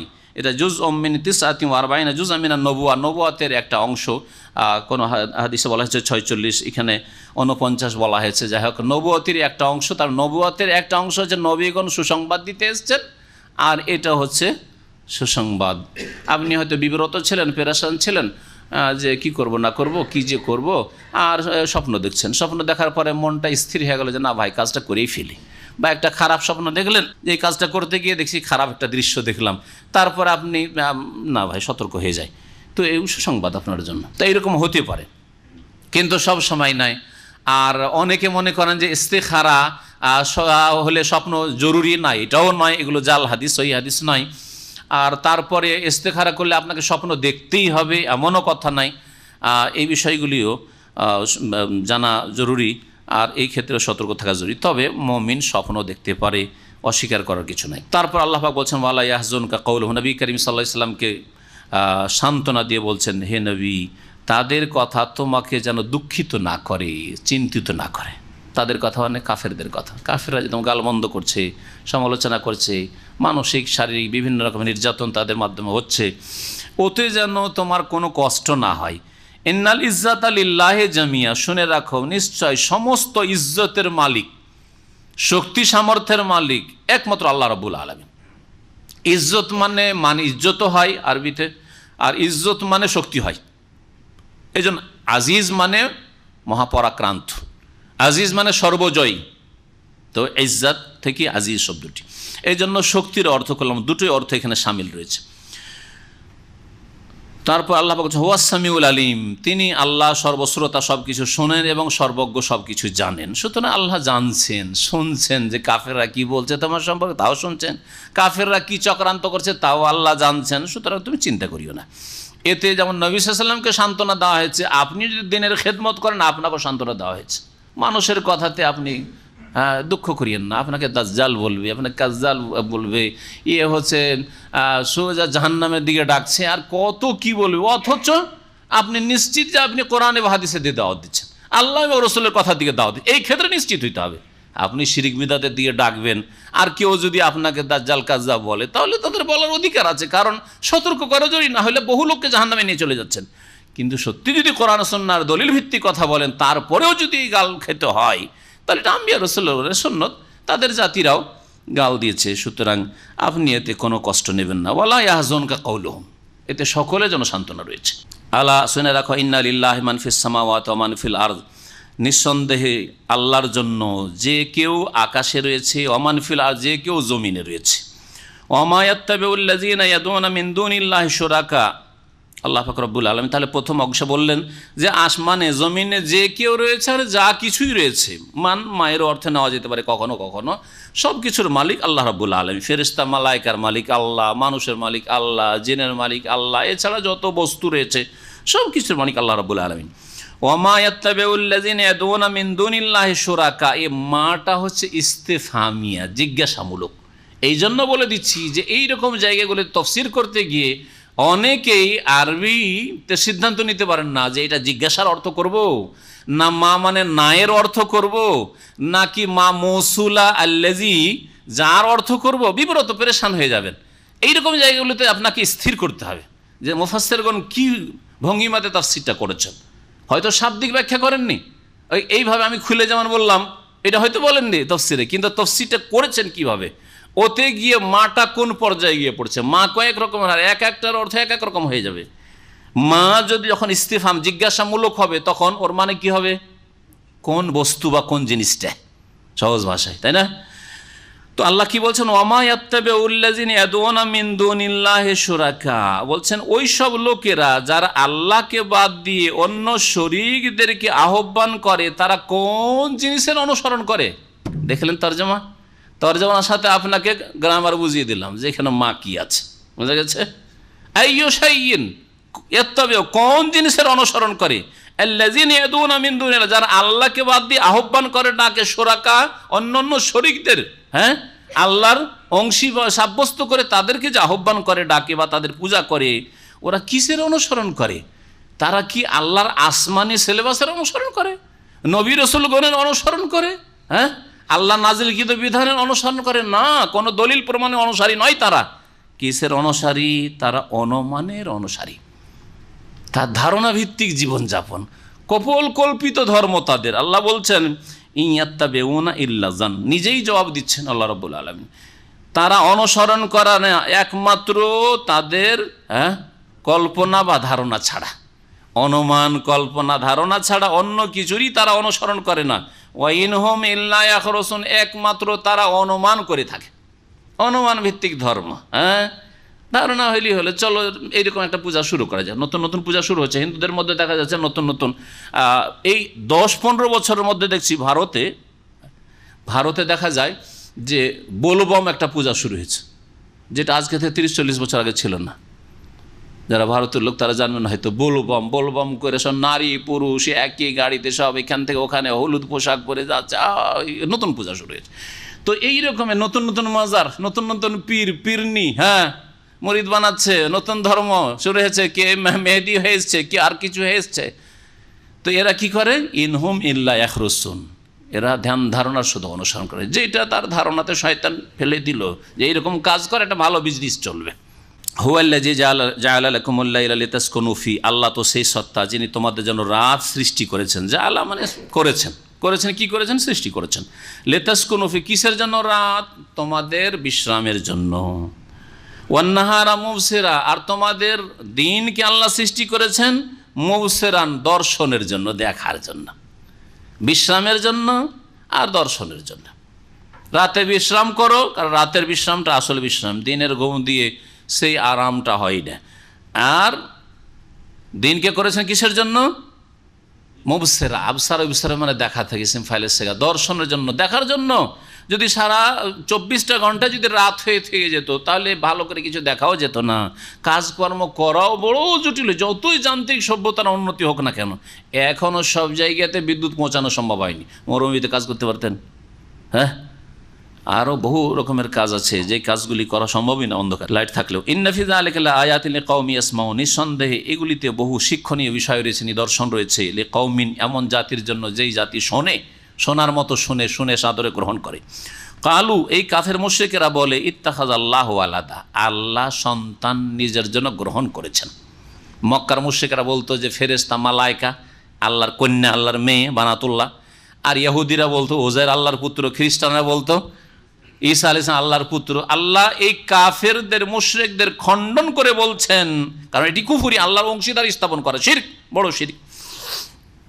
আল্লাহ বলছেন সুবহানাহ, মানে আল্লাহ এইসব থেকে কি, সন্তান গ্রহণ থেকে পাক পবিত্র। আল্লাহর পবিত্রতা ঘোষণা করো। হুয়াল গানিয়, তারপরে কয়েকটি যুক্তি আল্লাহ বলছেন। আল্লাহ কেন ছেলে মেয়ে গ্রহণ করবেন, কি ছেলে মেয়ের প্রয়োজন? প্রথম কথা, হুয়াল গানিয়, তিনি অমুখাপেক্ষী, তিনি কারো মুখাপেক্ষী নন। ছেলে মেয়ের কার প্রয়োজন হয়? যে মুখাপেক্ষী। এখন মুখাপেক্ষী না হয় তখন হবে কিছুদিন পরে, বার্ধক্যে গিয়ে। প্রয়োজন না হলে চলবে কি করে সংসারে? আমার সব দিন তো আমি এই কাজ করতে পারবো না, তাহলে আমার এই সংসারটা দেখবে কে, আমার এই সব দেখবে, প্রপার্টি দেখবে কে? সেই জন্য আমরা মুখাপেক্ষী। সেই জন্য এক যুক্তি যে আল্লাহর সন্তানের প্রয়োজন নেই, কারণ তিনি আল গানি, তার একটি নাম আল গানি। 2 নম্বর যুক্তি, লাহু মাহফিস সামাওয়াতি ওয়া মাহফিল আরদ, আকাশ এবং জমিনে যা কিছু আছে সব কিছুই আল্লাহর মালিকানাধীন। আল্লাহ সব কিছুর মালিক। তো আল্লাহ যখন সব কিছুর মালিক, তো সব কিছু হচ্ছে আল্লাহর দাস, গোলাম। তো আল্লাহ দাসকে, গোলামকে আবার ছেলে হিসাবে বা মেয়ে হিসাবে কেন গ্রহণ করবেন? বুঝলেন দলিল?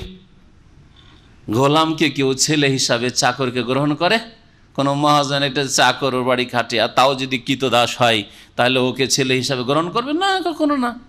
কেন আল্লাহ ছেলে গ্রহণ করবেন? সব তো আল্লাহর দাস, আল্লাহর বান্দা সব, ইবাদুল্লাহ। 3 নম্বর যুক্তি, ইন ইনদাকুম মিন সুলতানিন বিহাযা, তোমাদের কাছে এই সম্পর্কে কোনো দলিল প্রমাণ আছে কি? ইন ইনদাকুম মিন সুলতানিন মানে মা ইনদাকুম, এখানে নায়ের অর্থে, তোমাদের কাছে এই সম্পর্কে কোনো দলিল প্রমাণ নেই। আল্লাহর যে ছেলে আছে বা মেয়ে আছে, এর দলিল একটা দাও তো। কোন কিতাবে, কোন কোরআনে আছে? কোন আসমানি সিলেবাসে আছে? হ্যাঁ, অবিকৃত আসল রূপে যে তাওরাত ইনজিল ছিল তাতে আছে? তাতেও নেই। তাহলে না ঈসা আল্লাহর পুত্র, না ওজাইর আল্লাহর পুত্র, না মালায়েকা আল্লাহর কন্যা, এগুলি মিথ্যা কথা এবং এগুলি কুফরি কথা, শিরক এগুলি। তারপর আল্লাহ বলছে আতাকুলুনা, কোনো দলিলও নেই, আল্লাহর প্রয়োজনও নেই। আতাকুলুনা আলাল্লাহি মা লা তা'লামুন, যে সম্পর্কে জানো না সে সম্পর্কে, আল্লাহ সম্পর্কে তোমরা এইরকম কথা বলবে। তারপর আল্লাহ বলছেন, শোনো যারা মিথ্যা রচনা করে তাদের কি অবস্থা। কুল, হে নবী তাদেরকে জানিয়ে, ইন্নাল্লাযী ইফতারুনা আলাল্লাহিল কাযিব, নিঃসন্দেহে যারা আল্লাহ সম্পর্কে মিথ্যা রচনা করে। মিথ্যা রচনা করা সে আল্লাহর ছেলে মেয়ে সাব্যস্ত করে হোক, অথবা এই ক্ষেত্রে আরও মনে রাখবেন, কেউ যদি আল্লাহ সম্পর্কে মিথ্যা বললে মিথ্যার ধর্ম প্রচার করে। এখানে কাফেরদেরকে এই কথা বলা হচ্ছে, শুনে রাখো, কোরআন ঘোষণা করেছে যে মোহাম্মদ যদি আল্লাহ সম্পর্কে মিথ্যা রচনা করে বলে যে আমি আল্লাহর নবী হয়ে এসেছি, রসুল হয়ে এসেছি, আমার কাছে ওহী আসছে, আমার কাছে জিবরাইল আসছে, এসব মিথ্যা কথা যদি বলে, এটা হালাল এটা হারাম নিজে বানিয়ে সানিয়ে যদি বলে, তো শুনে রাখো লা ইউফলিহুন, কেউ সফল কাম হবে না, কেউ কল্যাণ পাবে না। তাহলে না আমি কল্যাণ পাবো আমি মিথ্যা রচনা করলে, আর তোমরা যদি ধর্মের নামে মিথ্যা রচনা করো, এই যে মূর্তি পূজা মিথ্যা রচনা, ইফতিরা আলাল্লাহিল কাযিব, আল্লাহ মূর্তির ধর্ম কখনো নাজিল করেন নাই। কবর মাজার পূজার ধর্ম মিথ্যা ধর্ম, আল্লাহ কখনো মাজার পূজার ধর্ম নাজিল করেন নাই। সুতরাং লা ইউফলিহুন, কখনো সফল কাম হবে না, দুনিয়াতেও ব্যর্থ হবে আর আখিরাতে ক্ষতিগ্রস্ত হবে, জাহান্নামে চিরকাল থাকতে হবে মুশরিকদেরকে। মাতাউন ফিদ দুনিয়া, একটা প্রশ্নের উত্তর এই আয়াত। যখন আল্লাহ বললেন যে যারা মিথ্যা রচনা করে তারা কি হবে, ব্যর্থ হবে, সফল কাম হবে না, হ্যাঁ ঠিক না? তখন একটা প্রশ্ন জাগছে, কেমন কথা হইলো, আমরা দেখছি বড় বড় কাফের আর তারপরে শিরক কুফরি করছে, আর তারাই সবচেয়ে বেশি পয়সাওয়ালা। আজ যেসব ভণ্ড পীরদের কাছে প্রপার্টি আর জমি জায়গা আর তাদের কাছে সম্পদ, হ্যাঁ, কিয়ামত পর্যন্ত ওরা নিশ্চিন্ত যে কিয়ামত পর্যন্ত আমাদের বাল বাচ্চার জন্য কোনো চিন্তা নেই, ঠিক না? ঠিক কিনা? তো যারা বাতিল ধর্মগুরু, এদের কাছে ধন সম্পদের অভাব নাই, এই রকমের যারা মানবরচিত বিধান দিয়ে দেশ পরিচালনা করছে, তাদের কাছে নেতৃত্বর ক্ষমতার ধন সম্পদের অভাব নেই। কত যে বিদেশি ব্যাংকে টাকার পয়সা জমা রেখেছে, বুঝছেন না? তো আল্লাহ বলছেন লাইফুলেহুন। তো প্রশ্ন হচ্ছে যে আল্লাহ এদেরকে তো সুখে রেখেছো, এরা সারা জীবন সুখ করে করে আমোদ ফুর্তি করে চলে গেল, হ্যাঁ, দুনিয়ার নেতৃত্ব দিয়ে, তারপরে এরাই শির কুফরি ধর্ম প্রচার করেই চলে গেল। আর বলছে লাইফুলেহুন, দুনিয়া আখেরাতে এরা সফল কাম হবে না, তো এটা তো সফল জীবন, এদের খুব সুখের জীবন। আল্লাহ বলছেন দেখো, দুনিয়ার সুখটা কি তোমরা সুখের জীবন মনে করে নিলে?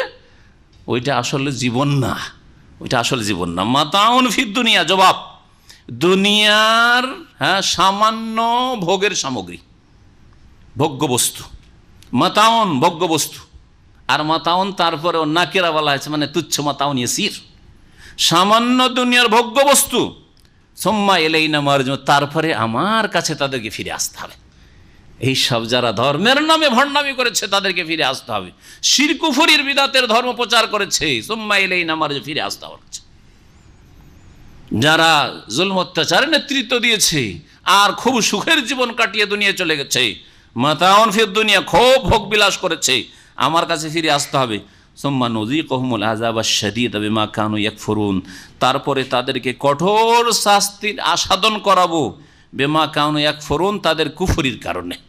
আল্লাহ পাক রব্বুল তারপরে নবী মোহাম্মদ রসুল্লাহ সাল্লাহ আলি সাল্লামকে সান্ত্বনা দেওয়ার জন্য মাঝে মাঝে নবী রসুলগণের কাহিনীও বয়ান করেছেন, যে দেখো তোমার সাথে এটা নতুন কিছু হচ্ছে না, এর আগে যত নবী রসুলগণ এসেছেন সবার সাথে এইরকমই বদমাইশি করেছে, আচরণ করেছে খারাপ তাদের জাতিরা। শোনো, প্রথম রাসূল নূহ আলাইহিস সালামের কথাই শোনো, যখন প্রথম শিরকের বিরুদ্ধে একমাত্র শুরু করলেন কাজকে নূহ আলাইহিস সালাম, কারণ তার আগে পর্যন্ত যে নবীরা এসেছেন আদম আলাইহিস সালাম বা ওই যুগে শিরক ছিল না। আব্দুল্লাহ আব্বাস রাদিয়াল্লাহু তাআলা আনহু থেকে সহিহ বুখারীতে বর্ণিত রয়েছে যে 10 যুগ চলে গেছে, আশরাত কুরুন বাইনা আদম ও নূহ, আদম আর নূহের মাঝখানে, সেই যুগগুলিতে কুল্লুহুম আলা মিল্লাতিন ওয়াহিদা, সকলে একই ধর্মের ওপর, তাওহীদের ওপর ছিল, আল্লাহর একত্বের ওপর ছিল। তারপরে তখন মূর্তি পূজা শুরু হলো, যারা নেক লোকেরা ছিল ওদের প্রতিমূর্তি তৈরি করে এবাদত খানাতে রেখে দিয়ে আল্লাহর প্রথম দিকে এবাদত করতো, ধীরে ধীরে ওদেরই এবাদত উপাসনা পূজা শুরু হলো, এই মূর্তি পূজা শুরু হলো। তখন আল্লাহ পাক রব্বুল প্রয়োজন মনে করলেন যে এই মানব জাতিকে এই শিরক কুফরি থেকে মুক্ত করতে হবে, রাসূল পাঠাইতে হবে। প্রথম রাসূল পাঠালেন হেদায়েতের জন্য, নূহ আলাইহিস সালামকে 950 বছর দিনের দাওয়াতের কাজ করলেন। আমাদের মতো 9.5 বছর না, আমাদের মতো 9.5 বছর না, কেউ যদি 10 বছর দিনের দাওয়াতের, উপস্থাপনা 10 বছর ধরে দিন ইসলামের খেদমত করছেন, বিশাল কিছু করে ফেলেছেন না। আর নূহ আলাইহিস সালাম 950 বছর দাওয়াতের কাজ করছেন। আল্লাহ পাক বলছেন ওয়াতুলু আলাইহিম নাবা নূহ, হে নবী পড়ে শোনাও তাদেরকে, ওয়াতুলু আলাইহিম, তেলাওয়াত করো। নাবা নূহ আলাইহিস সালামের মহাসংবাদ, নূহ আলাইহিস সালামের ঘটনা। ইয ক্বালা লিকওমিহি, কিছু অংশ বর্ণনা করা হয়েছে তার ঘটনার, যখন তিনি বলেছেন নিজ জাতিকে, ইয়া কওমিহি, আমার সম্প্রদায়। বিস্তারিত সূরায়ে নূহে রয়েছে, আর অন্যান্য সূরায়ে নূহ আলাইহিস সালামের ঘটনাও বর্ণনা করা হয়েছে। ইন কানা কাবুরা আলাইকুম মাকামি ওয়া তাযকিরি বিআয়াতিল্লাহ, যদি তোমাদের মাঝে আমার অবস্থান এবং আল্লাহর আয়াত দ্বারা তোমাদেরকে আমার উপদেশ দেওয়া তোমাদের জন্য অসহ্য হয়ে যায়। কাবুরা মানে অসহ্য, কাবুরা মানে কষ্টকর হয়ে যাওয়া। ইনকানা কাবুরা আলীকে, তোমাদের জন্য যদি কষ্টকর হয়ে যায়, অসহ্য হয়ে যায়, মাকামি, আমার অবস্থান করা, তোমাদের মাঝে বসবাস, ও তাযকিরি, আর আমার উপদেশ দেওয়া, বে আয়াতিল্লাহ, আল্লাহর আয়াত দ্বারা, যে তোমাদেরকে উপদেশ দিয়েছি, ভালো কথা বলছি, তো তোমাদের গায়ের জ্বালা হয়ে যাচ্ছে, আর তোমাদের মাঝে আমি বসবাস করছি, আল্লাহর ইবাদতবন্দি করছি, এইসব মূর্তি পূজা করি না, সেই জন্য অসহ্য হয়ে গেছে, যদি এটাই হয় ফাআলাল্লাহি তাওয়াক্কালতু, তাহলে আর কি বলবো, আল্লাহর উপর ভরসা করছি, তোমরা যা করার করো। দীর্ঘদিন দাওয়াত দেওয়ার পরে তাহলে এই পর্যায়টা বয়ান করা হচ্ছে। হ্যাঁ, ফাআলাল্লাহি তাওয়াক্কালতু, আল্লাহর উপর আমি আস্থা ভরসা করছি। ফাআজিমু আমরাকুম, সুতরাং তোমরা তোমাদের কাজে বদ্ধপরিকর হও, কি করবে করো, তোমরা সংকল্পবদ্ধ হও। ওয়া শুরাকাকুম, আর তোমাদের শরীকদেরকে, সহযোগীদেরকেও সাথে নাও। সুম্মা লা ইয়াকুন আমরুকুম আলাইকুম গুম্মাহ, তারপরে তোমাদের কাজ তোমাদের ওপর যেন কোনো রকমের অস্পষ্ট না থাকে, মানে লুকিয়ে লুকিয়ে করার প্রয়োজন নাই, খোলাখুলি যা পারো তাই করো। সুবহানাল্লাহ, এটা আল্লাহর নবী রসুলগণই বলতে পারেন। যা ইচ্ছা তাই করো, কি ক্ষমতা আছে করো, তোমাদের কোনো অস্পষ্টতা নেই। আমি যা বলছি ক্লিয়ার কথা, স্পষ্ট কথা, তোমরা যা করছো স্পষ্ট ক্লিয়ার করো, যা করার আছে। তারপরে আমার ব্যাপারে তোমরা চূড়ান্ত ফয়সালা করো, মানে আমাকে মারবে মেরে দাও, আমাকে দেশ থেকে নির্বাসিত করবে বিতাড়িত করবে করে দাও, সুম্মাকদু ইলাইয়া, আমার সম্পর্কে তোমরা চূড়ান্ত ফয়সালা করো, সিদ্ধান্ত নাও। ওয়ালা তুনজিরুন, আর আমাকে একটু অবকাশ দিও না অবকাশ, যা পারো করো। কতটুকু তোমাদের ক্ষমতা আছে আর আল্লাহর হেফাজত সুরক্ষা আমার পেছনে আছে কি নেই তা দেখে নাও। আম্বিয়া রসুলগণের আল্লাহর উপর তাওয়াক্কুল। ফাইন তাওয়াল্লাইতুম, তোমরা যদি বিমুখ হয়ে যাও, মানে ঈমানও আনবে না, আর তোমরা আমার সম্পর্কে যা পারো তাই করো বললাম তাও করতে পারছো না, ফামা সাআলতুকুম মিন আজরিন, দেখো তোমাদের কাছে কিছু পারিশ্রমিক মোটেই চাইনি, আমি কোনো পারিশ্রমিক আমি চাইনি। তোমাদেরকে দাওয়াত দিয়েছি 950 বছর, বলিনি যে আমাকে চাঁদা করে পয়সা দাও, আমার বেতন দাও, আমাকে এই দাও, তোমাদের কাছে কিছু চাইনি। ফামা সাআলতুকুম আলাইহি মিন আজর, কিছু চেয়েছি। এটা কেন বললেন? কারণ সংশয় হইতে পারে, যখনই কোনো একটা নতুন কথা কেউ নিয়ে আসে তাদের জন্য নতুন লাগে, জাতির জন্য, অথচ সেটা আসল ছিল আদম আলাইহিস সালামের দিন, প্রত্যেক আদম সন্তানের দিন হচ্ছে ইসলাম, তৌহিদ। কিন্তু ওরা যেহেতু মুশরিক হয়ে পড়েছে, তাদের জন্য নূহ আলাইহিস সালামের কথা নতুন। এই তাদের মগজে এই কথা ঢুকতে পারে যে আরে নূহ যে নবী দাবি করেছে, রসুল দাবি করেছে, আর আমাদেরকে সব কথা বলছে, আসলে নেতৃত্ব উদ্দেশ্য, কারণ এসব কথা বলে আমাদেরকে ভক্ত বানিয়ে ও নেতা বনবে, আর তারপরে টাকা পয়সা ইনকাম করবে। হ্যাঁ, দুনিয়ার কোনো স্বার্থ আছে, তাই বলছেন দেখো তোমাদের কাছে কিছু চাইও নি পারিশ্রমিক আমি। ইন আজরিয়া ইল্লা আল্লাহ, আমার পারিশ্রমিক একমাত্র আল্লাহ পাকের কাছে রয়েছে। ও উমিরতু আন আকুনা মিনাল মুসলিমিন, আর আমি আদিষ্ট হয়েছি যেন আমি মুসলিম আত্মসমর্পণকারীর অন্তর্ভুক্ত হই। নূহ আলাইহিস সালাম কি বললেন? আমি মুসলিমদের অন্তর্ভুক্ত। মুসলিম মানে আত্মসমর্পণকারী। এই জন্য সমস্ত মানব জাতির দিন ছিল ইসলাম, আর সমস্ত মানব জাতি যারা আল্লাহ প্রদত্ত দিন যুগে যুগে মেনেছে, আদম থেকে শুরু করে কিয়ামত পর্যন্ত মেনেছে আর মানবে, তারা হচ্ছে মুসলিম। ওয়াসাম্মাকুমুল মুসলিমিন, আল্লাহ তাদের নাম কি রেখেছেন? মুসলিমই রেখেছেন। মুসলিম নামটি ইব্রাহিম আলাইহিস সালামের যুগ থেকে নয়, শুধু মিন কাবলু ওয়াফি হাজ, আগেও মুসলিম নাম ছিল আর এখনও মুসলিম নাম আছে, আর কিয়ামত পর্যন্ত। 10-এর বেশি আয়াত, আরও বেশি হবে, আমি জমা করে রেখেছি, যে আয়াতগুলিতে সবগুলিতে বিভিন্ন নবীরা বলেছেন যে আমরা মুসলিমদের। শেষ নবী মুহাম্মদ রাসূলুল্লাহ সাল্লাল্লাহু আলাইহি ওয়াসাল্লাম বলছেন, হ্যাঁ, তাকে আল্লাহ বলতে বলছেন, কুল ইন্না সলাতি ওয়া নুসুকি ওয়া মাহইয়া ওয়া মামাতি লিল্লাহি রাব্বিল আলামিন লা শারীকা লাহু ওয়া বিযালিকা উমিরতু ওয়া আনা আউয়ালুল মুসলিমিন। এই উম্মতের প্রথম মুসলিম আমি।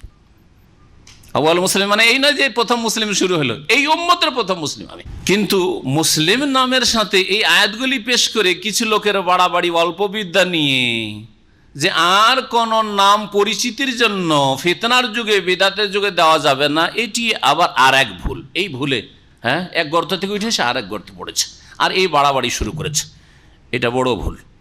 কিন্তু হ্যাঁ, দলাদলি করা যাবে না, দল পাকাপাকি করা যাবে না, এর জন্য এর নামে আবার ওই আরেকটা নাম দিয়ে আবার দল পাকাপাকি করে বিচ্ছিন্নতা সৃষ্টি করবেন। হ্যাঁ, ওটা যদি হয় তাহলে অবশ্যই বর্জনীয়, কিন্তু এমনি চিহ্নিত করার জন্য, শনাক্ত করার জন্য নাম দেওয়া শরীয়তে এর বৈধতা রয়েছে, এতে কোনো আপত্তি নেই।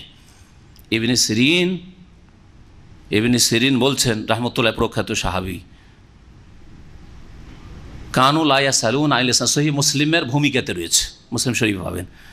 কানু লা ইয়াসালুন আনিল ইসনাদ, সাহাবায়ে কেরামরা সনদ জিজ্ঞেস করতেন না। এক সাহাবী আরেক সাহাবীকে একটা হাদিস শোনাচ্ছে, তো তখন জিজ্ঞেস করতেন না, এই তুমি কার কাছ থেকে শুনেছো, তুমি নবীর কাছ থেকে শুনেছো না আরেকজন কাছ থেকে শুনেছো, এটা জিজ্ঞেস করতো না তারা, কারণ জানতো যে নবীর সাহাবী বলছেন, আর তারা সকলে সত্যবাদী, নিজে হয়তো স্বয়ং শুনেছেন রাসূলুল্লাহর কাছে সাল্লাল্লাহু আলাইহি সাল্লাম, আর না হলে কোনো সাহাবীর কাছে শুনলে সহিহ কথা রয়েছে। ফাল্লামা ওয়াকাতিল ফিতনা, তো কিন্তু যখন ফিতনা শুরু হইলো, কিসের ফিতনা? দুটি বাতিল ফিরকা শুরু হইলো মুসলিম উম্মতে। প্রথম একটা খারেজি দল, যারা মুসলিমদেরকে খুন করা শুরু করলো। হ্যাঁ, আলী ও কাফের ফতোয়াবাজি, তাকফির, কাফের ফতোয়াবাজি, যাকে তাকে কাফের বলা, আর তারপর রক্তকে হালাল করে নেওয়া, এই খারেজি দল শুরু হইলো। আলীকে খুন করো, মাওয়াইয়াকে খুন করো, আমর ইবনে আসকে খুন করো, এক রাতে 3 জনকে খুন করার যুক্তি। এই খারেজি দল যখন বেরোলো সিফিনের পরে, আর আরেকটি রাফেজি দল, শিয়া দল বেরোলো। এই দুই গোমরাহ দল যখন বেরোলো, এখন কি করে বোঝা যাবে যে কোনটা সহি তরিকার মুসলিম? হ্যাঁ, কোনটা সহি তরিকার মুসলিম? তখন ফালামা ওয়াকাতিল ফিতনাতু কালু, তখন তাবেইনরা বলতে সাম্মুলানা রিজালাকুম। এখন রিজালের নাম বলেন, কার কাছ থেকে শুনেছেন নাম বলেন। আপনি সাহাবীর কাছ থেকে শুনেছেন না আর এক তাবেইর কাছ থেকে শুনেছেন? তাবেইর কাছ থেকে যদি শুনে থাকেন তাহলে সেটা আবার ওই রাফেজি শিয়া নাকি ওই খারেজি, কার কাছ থেকে শুনেছেন? সাম্মুলানা রিজালাকুম, নাম বলো। ফায়ুনজারু ইলা আহলি সুন্নাতে, তারপরে দেখা হয়তো আহলে সুন্নাত যদি কোরআন সুন্নাহর অনুসারী দল খোলাফায়ে রাশেদিনের তরিকায় রয়েছে, নবীর পরে এই তরিকায় রয়েছে, তাকফিরি কুফরি, যাকে তাকে কাফের বলা, ফতোয়াবাজিও করে না, আর অতিরঞ্জন বাড়াবাড়ি করে আলী এলা হয়ে গেছে, আলী পূজনীয় হয়ে গেছে, হাসান হোসেন এরা পূজনীয় হয়ে গেছে, এই কুফরি তো নেই। এরা হচ্ছে আহলে সুন্নাহ। ফায়ুখাযু হাদিসুম, আহলে সুন্নাতের হাদিস নেওয়া হয়তো। ওয়ায়ুনজারু ইলা আহলিল বিদআতি, আর আহলে বিদআতি খারিজি আর রাফেজিদের দিকে দেখে ফায়ুতরাকু হাদিসুম বা ফালা ইউখাযু, তাদের হাদিস গ্রহণ করা হইতো না। তাহলে কি বোঝা গেল? সাহাবাই কেরামদের যুগ থেকে, সাহাবাই কেরামদের শেষ যুগ আর তাবেইনদের যুগ, এই যুগে সনদের যাচাই বাছাই শুরু হয়েছে, আর আহলে সুন্নাত, আহলে বিদআত, বিদআতি আর সুন্নতি এই নাম শুরু হয়েছে। সুতরাং এটা যদি বাড়তে বাড়তে আহলে সুন্নাহর জায়গায় কেউ আহলুল হাদিস ব্যবহার করে, কেউ যদি সালাফি ব্যবহার করে নিজের পরিচয় দেওয়ার জন্য, কেউ যদি মুহাম্মাদি ব্যবহার করে মোহাম্মদ রাসূলুল্লাহ সাল্লাল্লাহু আলাইহি ওয়াসাল্লামের নিঃশর্ত অনুসরণের কারণে, তাহলে কোনো আপত্তিকর বিষয় নাই। কিন্তু শর্ত হচ্ছে এর নামে দল পাকাপাকি আবার না, নাম দিয়ে এখনো দল, এটা হচ্ছে আমাদের অমুক আহলে হাদিস, এটা হচ্ছে অমুক আহলে হাদিস, সো ওদের সাথে আমাদের যোগাযোগ নেই আর আমাদের সাথে ওদের যোগাযোগ নেই। এইরকম করলে তখন আবার নাজায়েজের পর্যায়ে পড়ে যাবে। সুতরাং এসব ফিতরা থেকে আল্লাহ পাক যেন বাঁচিয়ে রাখেন। আল্লাহ পাক তারপরে বলছেন যে ফাকাজ্জাবুহু, নূহ আলাইহিস সালামের জাতিরা তাকে মিথ্যা মনে করলো। ফানাজ্জাইনাহু ওয়া মান মাআহু ফিল ফুলক, সুতরাং নূহ আলাইহিস সালামকে এবং যারা মুমিন তার সাথে ছিল তাদেরকে জলজাহাজে আমি নাজাত দিলাম, উঠিয়ে তাদেরকে পরিত্রাণ দিলাম, বাঁচিয়ে নিলাম। ওয়াজআলনাহুম খালাইফা, এবং তাদেরকে আমি স্থলাভিষিক্ত বানিয়ে দিলাম, তাদেরকে খলিফা বানাইলাম। আল্লাহ কি বলছেন এখানে? তাদেরকে কি বানাইলাম? খালাইফা। এই কথা বললেন যে ওয়াজআলনাহুম খালাইফা আল্লাহে, আল্লাহর খলিফা বানিয়ে দিলাম ওদেরকে, কথা বলেছেন? কোনো জায়গায় কোরআনে কোথাও খুঁজে পাবেন, রাসূলের একটি হাদিস খুঁজে পাবেন না যে মানুষ আল্লাহর খলিফা। আবার সতর্ক করছি, কারণ ওই আয়াত এখানে এসছে, আয়াতগুলিকে লক্ষ্য করে দেখবেন, যেখানে দেখবেন ওয়াজআলনাহুম, তাদেরকে আমি খালাইফ, খলিফাতুনের বহুবচন, খলিফা বানাইলাম, স্থলাভিষিক্ত বানালাম। কাদের? তাদের পূর্বে যেসব জাতিরা ছিল ওরাকে ধ্বংস করে দিয়ে ওদের জায়গাগুলির মালিক কারা হইল? যারা এই যে নৌকোতে বা পানি জাহাজে উঠেছিল মুমিন হয়ে, তারা এইসবের মালিক হইল, এগুলোর খলিফা হয়ে গেল, স্থলাভিষিক্ত হইল। এটা হচ্ছে এর অর্থ। মানুষ আল্লাহর খলিফা, শুধু শব্দের ইখতিলাফ নাই। কারণ আপনাদের একদিন আমি বলেছি, আর এতটুকু বলেছি, এটা অনেকে ভাবেন যে শুধু শব্দের পার্থক্য, মানুষকে আল্লাহর খলিফা বলবো না পূর্বে যারা চলে গেছে তাদের খলিফা, উমরকে আবু বকরের খলিফা বলবো, আবু বকরকে রাসূলুল্লাহর খলিফা বলবো না আল্লাহর খলিফা বলবো। পার্থক্য শুধু শব্দগত পার্থক্য না, এখানে আকীদাগত পার্থক্য আছে, এই রহস্য ঢোকানো আছে। যখন আল্লাহর খলিফা ওরা বলে, তখন বলে আল্লাহর যেহেতু বিধানে রয়েছে দণ্ডবিধান, আল্লাহর বিধানে রয়েছে আপনার জীবনের সার্বিক ক্ষেত্রে ইসলামের প্রতিষ্ঠা, আর এই সার্বিক ক্ষেত্রে ইসলামের প্রতিষ্ঠা অতক্ষণ পর্যন্ত হবে না যতক্ষণ পর্যন্ত ক্ষমতা দখল না করব। সুতরাং ক্ষমতা দখল করা হচ্ছে ইসলামের টার্গেট, এত দূরে গিয়ে পৌঁছে গেল, ইসলামের অপব্যাখ্যা করে ফেলল। আল্লাহর খলিফা বানিয়ে দিয়ে প্রত্যেকের ওপর চাপিয়ে দিল, আমার ওপর চাপিয়ে দিল যে নাকি চোরের হাত কাটতে হবে, আপনার ওপর চাপিয়ে দিল যে চোরের হাত কাটতে হবে, একে শ্বাস নিতে হবে, সরকারের ওপর না, শুধু যাদের কাছে আল্লাহ ক্ষমতা তাদের কাছে না, সবার উপর যখন এই ক্ষমতা হয়ে গেছে তখন একটা নেক দল তৈরি করে, যারা জালেমরা শাসন ক্ষমতায় রয়েছে আর এরা ইসলামী আইনের বাস্তবায়ন করছে না আদালতে আর পার্লামেন্টে, এদেরকে টেনে ফেলো আর গদি দখল করো, তাহলে ওইটা হবে ইকামতের দিন। ভুল ব্যাখ্যা করে দিল, তখন নিয়ে গিয়ে ভুল ব্যাখ্যা, ইসলামের ভুল ব্যাখ্যায় ফেলে দিল, যার ফলে আল্লাহর খলিফা কথাটি শুধু শব্দগত ইখতিলাফ নয়, এটা আকীদাগত মানহাজগত বড় ইখতিলাফের বিষয়। ভালো করে বললেন আল্লাহ পাক। তারপরে বলছেন ওয়াগরাকনাল্লাযিনা কাযযাবু বিআয়াতিনা, আর ওদেরকে আমি ডুবিয়ে ধ্বংস করলাম যারা আমার আয়াতগুলিকে মিথ্যা প্রতিপন্ন করেছিল। ফানজুর কাইফা কানা আকিবাতুল মুনজারিন, তুমি চিন্তা করে দেখো হে নবী, কেমন ছিল ওই সব লোকদের পরিণাম যাদেরকে সতর্ক করা হয়েছিল। মুনজারিন, সতর্ককৃত লোকেদের পরিণাম কেমন হয়েছিল। সুম্মা বা'আসনা মিন বা'দিহি রাসূলান, তারপরে অর্থাৎ নূহ আলাইহিস সালামের পরে অনেক রসুলকে আল্লাহ বলছেন যে আমি পাঠিয়েছি ইলা কওমিহিম, তাদের জাতির উদ্দেশ্যে, ফাজাআহুম বিল বাইয়িনাত, তাদের কাছে নবীরা এসেছিল বিল বাইয়িনাত, সুস্পষ্ট দলিল প্রমাণ নিয়ে। ফামা কানু লিয়ুমিনু বিমা কাযযাবু বিহি মিন ক্বাবল, কিন্তু তারা ঈমান নিয়ে আসার ছিল না, কারণ তারা এর পূর্বে মিথ্যা প্রতিপন্ন করেছিল। আল্লাহ বলছেন যে আগে যেহেতু মিথ্যা মনে, আগের নবী রসুলগণকে পরে আবার রসুল পাঠিয়েছি, মানেনি। আবার কেন মানে নাই? অহংকার। অহংকার অহংকার কেমন করে ঢুকে, কথাটি কোরআনে কারিমের বুঝেন। বলছে এরা ঈমান নিয়ে আসলো না, আবার ঈমান নিয়ে আসার নাই কেন? এর পূর্বে যেহেতু তারা মিথ্যা মনে করেছে। মানুষের একটা বদ স্বভাব আছে। কি বদ স্বভাব? একবার যদি না বলে দেন, পরে হ্যাঁ করতে খুব কষ্ট লাগে। আছে না নেই? আছে না নেই? যদি আপনার বস বা ম্যানেজার মাফি বলে দেয়, না স্যার ছুটি দেন একটু, মাফি, তারপরে যদি দেখে যে নাকি ছুটি দিলে কল্যাণ আছে, ছুটি দিলে ভালো আছে, কারণ এই দরকারের প্রয়োজন কোম্পানিতে, তারপর ফি করানো মুশকিল, ওকে ফি করানো খুব মুশকিল, কারণ ওকে শয়তান ধরে নিয়েছে। কারণ যদি এখন মাফি বলে দে, ফি বলে দিত, আমি তো হার মেনে নিলাম, ওই যে ও জিতে গেল, হ্যাঁ আমি তো ছোট হয়ে গেলাম, শয়তান ওখান দিয়ে ঢুকে, বুঝতে পেরেছেন না? যার ফলে এক নবীকে অস্বীকার করেছে, আর এক নবীকে পরপর আল্লাহ নবী পাঠাইতে আছেন, মানতে রাজি না, মানতে রাজি না। অথবা নবী একবার গেছেন, একবার ওই নবী একই নবী গেছেন, নবী গিয়ে দাওয়াত দিয়েছেন, একবার দুইবার গেছেন, না করে দিয়েছে, বারবার করে যাচ্ছেন, পরে যদি মনটাও চাই যে মেনেই নি কথা, আর কী করে মানব রে, একে 5বার 7বার না বলে দিছি, এখন হ্যাঁ বলা মানে ছোট হয়ে যাওয়া, হ্যাঁ বলা মানে ছোট হয়ে যাওয়া, ইসলাম গ্রহণ করে না মেনে নেওয়া মানে ছোট হয়ে যাওয়া।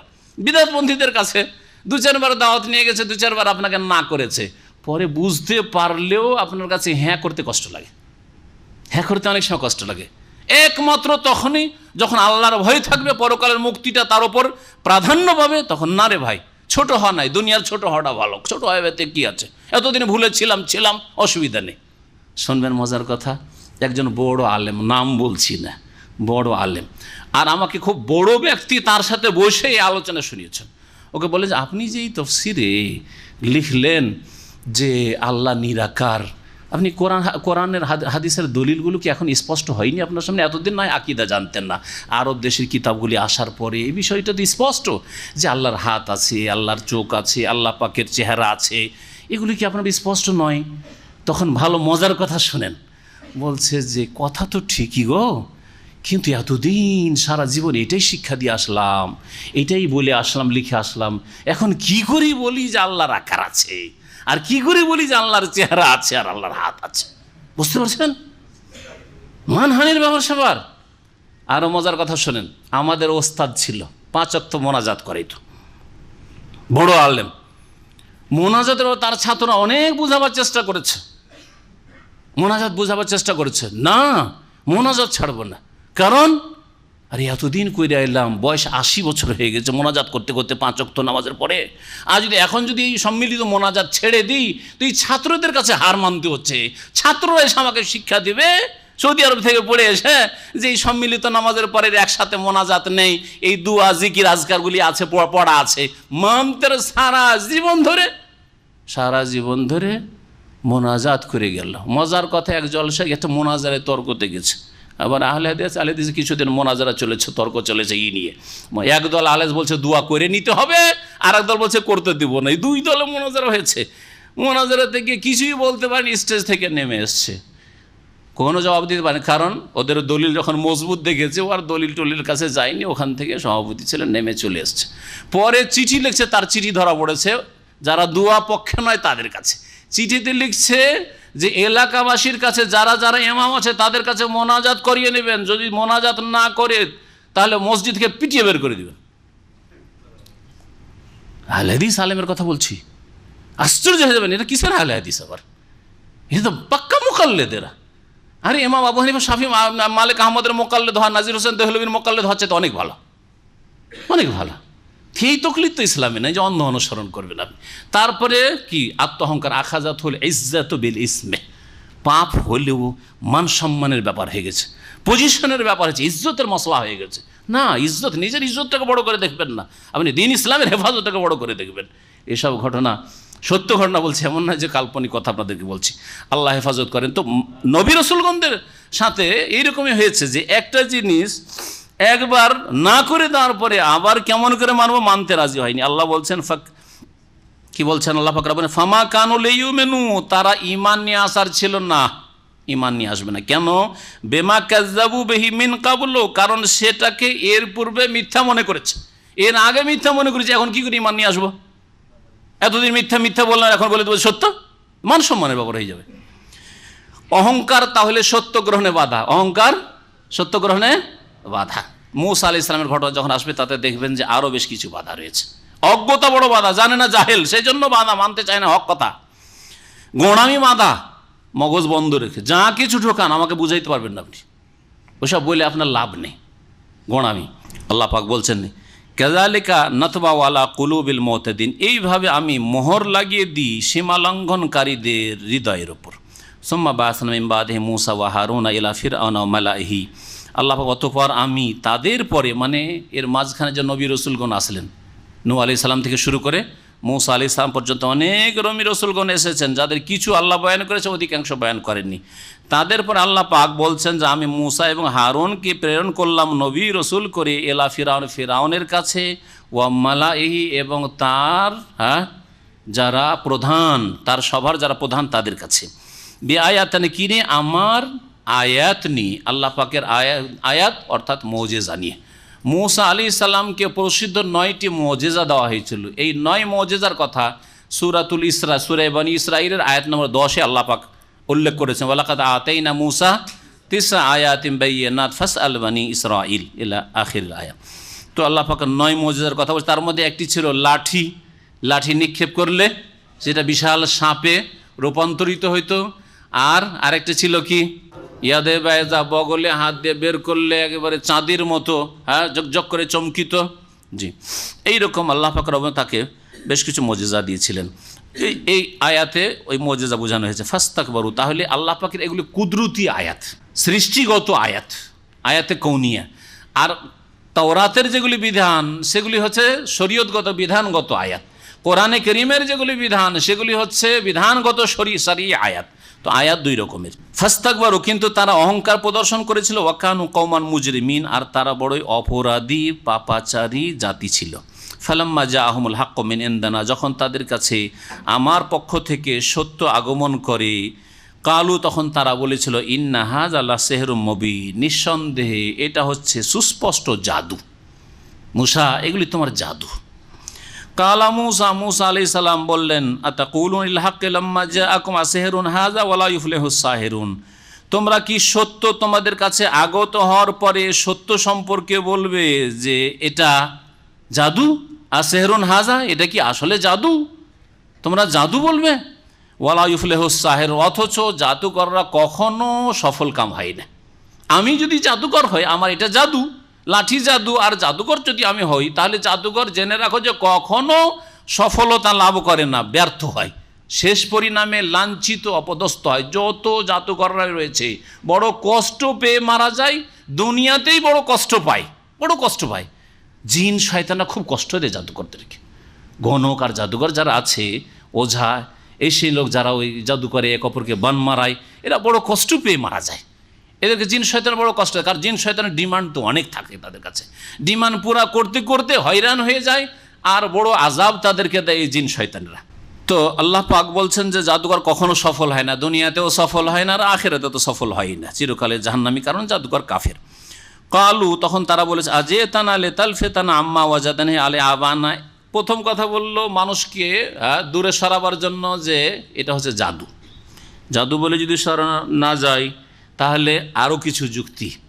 হে মূসা, আজেতানা, তুমি কি আমাদের কাছে এই জন্য এসেছো লিতালফিতানা আম্মা ওয়াজাদানা আলী আবানা, আমাদের পূর্বপুরুষদেরকে যে আদর্শের ওপর পেয়েছি, যে মত আর পথের ওপর পেয়েছি, ধর্মের ওপর পেয়েছি, তাতে থেকে আমাদেরকে সরিয়ে দেবে?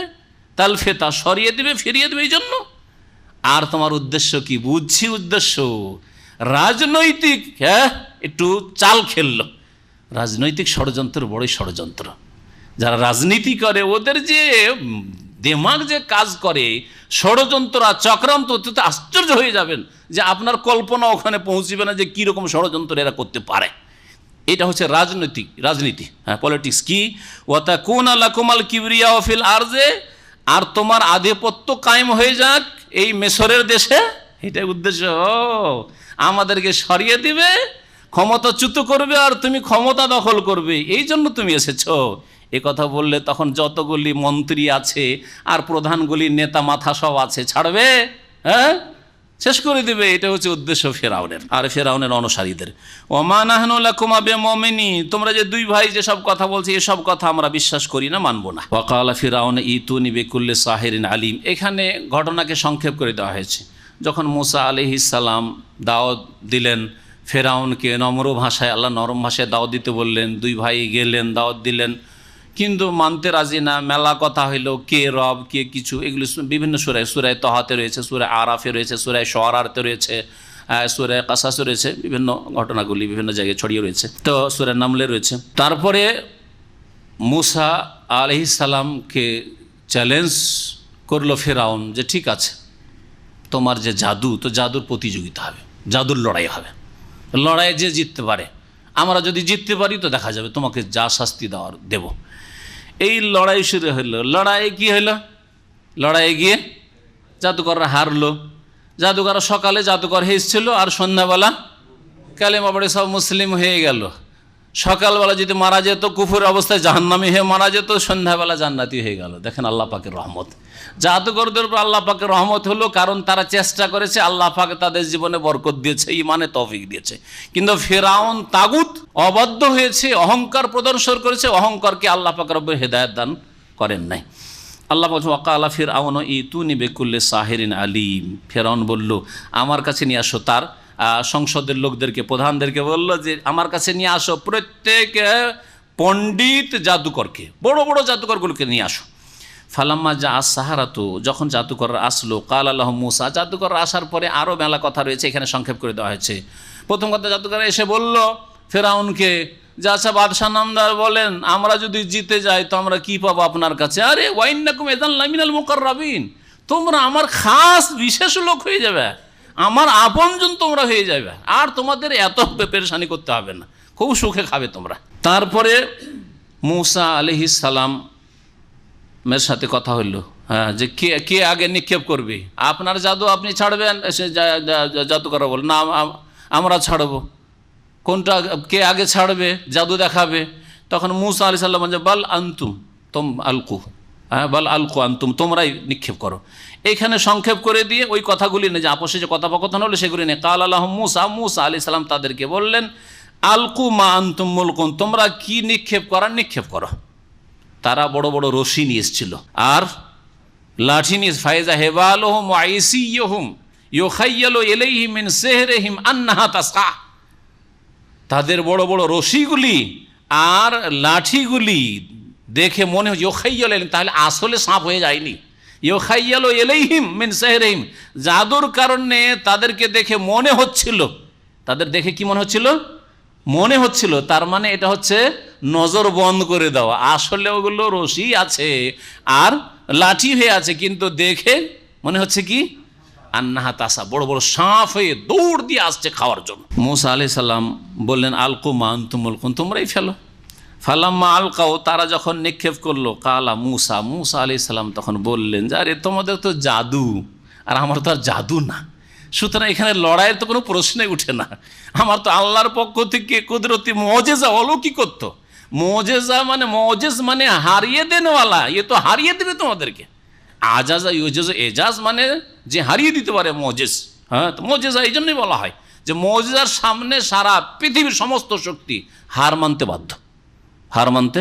কোরআন মুজিজা, কোরআনের সামনে আরব, হ্যাঁ, সাহিত্যিকরা, কবিরা হার মেনেছে, সারেন্ডার করেছে, মুজিজা। তো আল্লাহ পাক রব্বুল আলামিন বলছেন যে মুসা আলাইহিস সালাম তখন কি বললেন? কালা মুসা বলেন মা যে তুম বেহিসের, তোমরা যা কিছু নিয়ে এসেছো এখানে তা হচ্ছে জাদু। ইন্নাল্লাহ সায়ুবতিলুহু, নিঃসন্দেহে আল্লাহ একে নিশ্চিহ্ন করবেন, ব্যর্থ করবেন। ইন্নাল্লাহ লা ইউসলিহু আমাল আল মুফসিদিন, কারণ আল্লাহ রাব্বুল আলামিন বিশৃঙ্খলা সৃষ্টিকারী, অশান্তি সৃষ্টিকারী, বিপর্যয় সৃষ্টিকারীদের কাজকে কখন আল্লাহ পাক সুষ্ঠুভাবে পরিচালিত করেন না, কখনো সুষ্ঠুভাবে পরিচালিত হতে দেন না। আর তোমরা হচ্ছে মুফসিদিন, ফাসাদ সৃষ্টিকারী। তোমরা ফাসাদ সৃষ্টি করে মানুষের আকীদা আমলকে ধ্বংস করেছো, মানুষের আল্লাহর নাজিলকৃত দ্বীনকে ধ্বংস করেছো, শিরক কুফরিতে তোমরা লিপ্ত করেছো মানুষকে। সুতরাং আল্লাহ কখনো তোমাদের কাজকে, আর তোমরা হককে তোমরা পরাজিত করার উদ্দেশ্যে এসেছো, কখন আল্লাহ তোমাদেরকে সাকসেস করবেন না।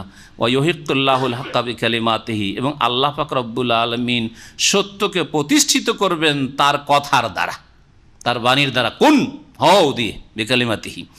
ওয়ালাউ কারিহাল মুজরিমুন, যদিও অপরাধীরা তা কি করে, অপছন্দ করে বা তাদের বরদাস্তের বাইরে হয়।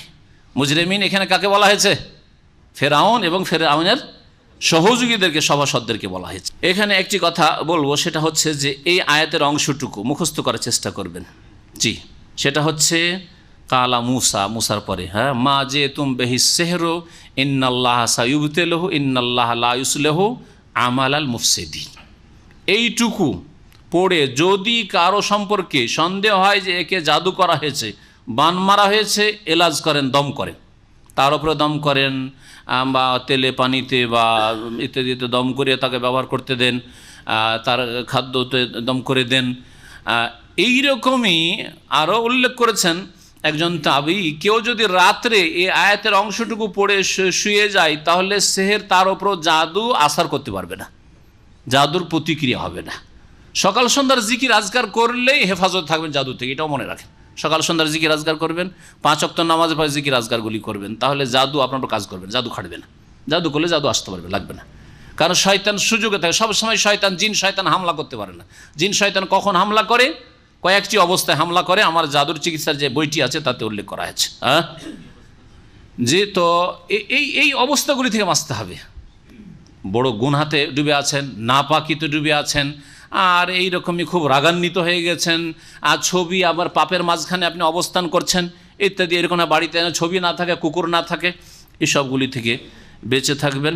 আর সকাল সন্ধ্যার প্রতিরক্ষামূলক জিকির আজকার যদি করেন, এই আয়াত পড়ে চিকিৎসা করা এটা হচ্ছে শরীয়ত সম্মত। আর এই রকমই জাদু সংক্রান্ত যতগুলি আয়াত রয়েছে ওইগুলো দিয়ে আপনি যাকে জাদু হয়েছে, জাদুগ্রস্ত ব্যক্তি, তার চিকিৎসা করতে পারেন। ওয়ায়ুহিক্কুল্লাহুল হাক্কা বিকালিমাতিহি ওয়ালাউ কারিহাল মুজরিমুন। আল্লাহ পাক তারপরে বলছেন ফামা আমানা লি মুসা ইল্লা মিন কওমিহি আলা খাউফিম মিন ফিরআউনা ওয়া মালাইহিম আন ইয়াফতিনাহুম। মুসা আলাইহিস সালাম দ্বীন ইসলামের দাওয়াত দিলেন, কিন্তু অল্প কিছু লোক ছাড়া কেউ সাহস করে ঈমান নিয়ে আসতে পারেনি। কেন? ফেরাউনের ভয়ে। আর ফেরাউনের যে দমন শক্ত নীতি, এত বড় জালেম, এই জালেমানা যে দমন নীতি ছিল, তার কারণে ভয়ে কেউ ঈমান নিয়ে আসতে পারেনি। বুড়োরা তো পারেনি, মহিলারা পারেনি, একমাত্র যাদের রক্ত গরম কিছু যুবক, অল্প কিছু যুবক, তারাই ঈমান নিয়ে আসতে সাহস করেছে। তাহলে যুবকদের দ্বারা ইসলামের কাজ বেশি হয়, মনে রাখবেন। কারণ বুড়ো হাড্ডি আজকাল দেশেও যান, যেখানে শিরক বিদআত চলছে, বুড়োগুলি এক তো মনে করে সারা জীবন করে এলাম, আবার এই ছাড়বো রে, আজকে ছাড়বো রে, কী বলবে লোকেরে, এসব কী বলছিস তুই এতদিন কেন তো জানলাম না, বড় বড় হুজুরা ছিল তোকে তো বলেন। ওইদিকে বাধা, আবার এইদিকে তো শরীরে তো স্পিরিট নাই, রক্তে তো কোনো দম নেই, তাই না? যার হলো বলছে কি ঝামেলা করতে যাচ্ছিস, ঝামেলা বাদ দেও সব, ঝামেলা করতে বুঝলেও মানতে চাইবে না। কিন্তু যুবকরা, আরে হককে বুঝেছি, হককে প্রতিষ্ঠা করব, হক কথা বলবো না তো হক কথা কি শিখাবে, সব লোক জাহান্নামের রাস্তায় চলে যাচ্ছে শিরক বিদআত করে ধর্মের নামে। ওই রকমই অবস্থা ছিল ওই সময়। আল্লাহ পাক বলছেন ফামা আমানা লি মুসা, মুসার প্রতি ঈমান নিয়ে আসতে পারে নাই, ইল্লা যুররিয়াতুম মিন কওমিহি, একমাত্র তার জাতির কয়েকজন যুবক। যুররিয়াতুম মিন, যুররিয়া বলা হয়েছে, বলা হয়নি যে নিসা, শয়ুখ, বুড়োরা, যুররিয়া, কয়েকজন যুবক ব্যাস। কেন? আলা খাউফিম মিন ফিরআউন ওয়া মালাইহিম, ফিরআউন এবং ফিরআউনের যারা সভাসদ, প্রধান সভার, ওদের ভয়ে, এদের জুলম অত্যাচারের ভয়ে এরা বাঁচতে দিবে না, মেরে ফেলে দিবে, জবে করে টুকরো টুকরো করবে, এই ভয়ে তারা ঈমান নিয়ে আসতে পারেনি। কি ভয়? আন ইয়াফতিনাহুম, যে তাদের উপর শাস্তি দেবে, তাদেরকে কষ্ট দেবে, তাদের উৎপীড়ন চলবে তাদের। ওয়াইন্না ফিরআউন আল্লাহ আলিন ফিল আরদ, কারণ ফিরআউন পৃথিবীতে মিশরের ভূমিতে বড়ই অহংকারী ছিল। ওয়াইন্নাহু লামিনাল মুসরিফিন, আর সে বড় সীমালঙ্ঘনকারী ছিল, সীমাহীন শাস্তি দিত মানুষকে, সীমাহীন শাস্তি দিত, যার ফল ঈমান আনার সাহস করেনি। এখন বাকি আছে এই আয়াতে একটি কথা, যে যুররিয়াতুম মিন কওমি, তার জাতির অল্প কিছু যুবক ঈমান নিয়ে এসেছিল। তার জাতি মানে কার জাতি? ফেরাউনের জাতি না মুসার জাতি? আচ্ছা, ফেরাউনের জাতি মুসার জাতি একটি জাতি না দুটি জাতি? কি দুটি জাতি? কেউ কেউ একটি জাতি বলছে, দুই জাতি, দুই জাতি। ফেরাউনের বংশের নাম ছিল কিপ্তি, কিপ্ত, কিপ্ত থেকে এক বচন কিপ্তি, বোঝা গেছে। আর ওখান থেকে আজকাল মেসরের নাম, মেসর হচ্ছে ইসলামের নাম, ইংরেজরা এসে ওর নাম রেখেছে, কিপ্ত উচ্চারণ করতে পারেন, ওটাকে একটি বিকৃত করে রেখেছে ইজিপ্ট, মানে কিপ্ত ইজিপ্ট, বুঝছেন না? এ হচ্ছে মিসরের ইংলিশ নামের রহস্য। আর আরেকটি জাতি হচ্ছে মুসা আলাইহিস সালামের জাতি, ওই জাতির নাম হচ্ছে বনি ইসরাইল, ইসরাইল বংশের লোকেরা, ইসরাইলের আওলাদ। ইসরাইল কে? আজকালকার ইসরাইল ইহুদি দেশ না, বরং ইসরাইল ইয়াকুব আলাইহিস সালাম যে নবী, ইয়াকুব বিন ইসহাক বিন ইব্রাহিম, ইব্রাহিম আলাইহিস সালামের নাতি, ইসহাকের ঘরের, ইসহাক আলাইহিস সালামের ছেলে ইয়াকুব আলাইহিস সালাম, ইউসুফ আলাইহিস সালামের বাবা। ইউসুফ আলাইহিস সালামের বাবার নাম কি ছিল? ইয়াকুব। ইয়াকুবের আর এক নাম ছিল ইসরাইল, ইসরাইল। আর ইসরাইলের ছেলে বংশধর হচ্ছে, অর্থাৎ ইয়াকুবের বংশধর হচ্ছে কে? বনি ইসরাইল। তাহলে মুসা আলাইহিস সালাম, জাকারিয়া, ইয়াহিয়া, ঈসা, যত নবী রাসূলগণ পরে এসেছেন সবাই হচ্ছেন ইয়াকুব আলাইহিস সালামের বংশধর।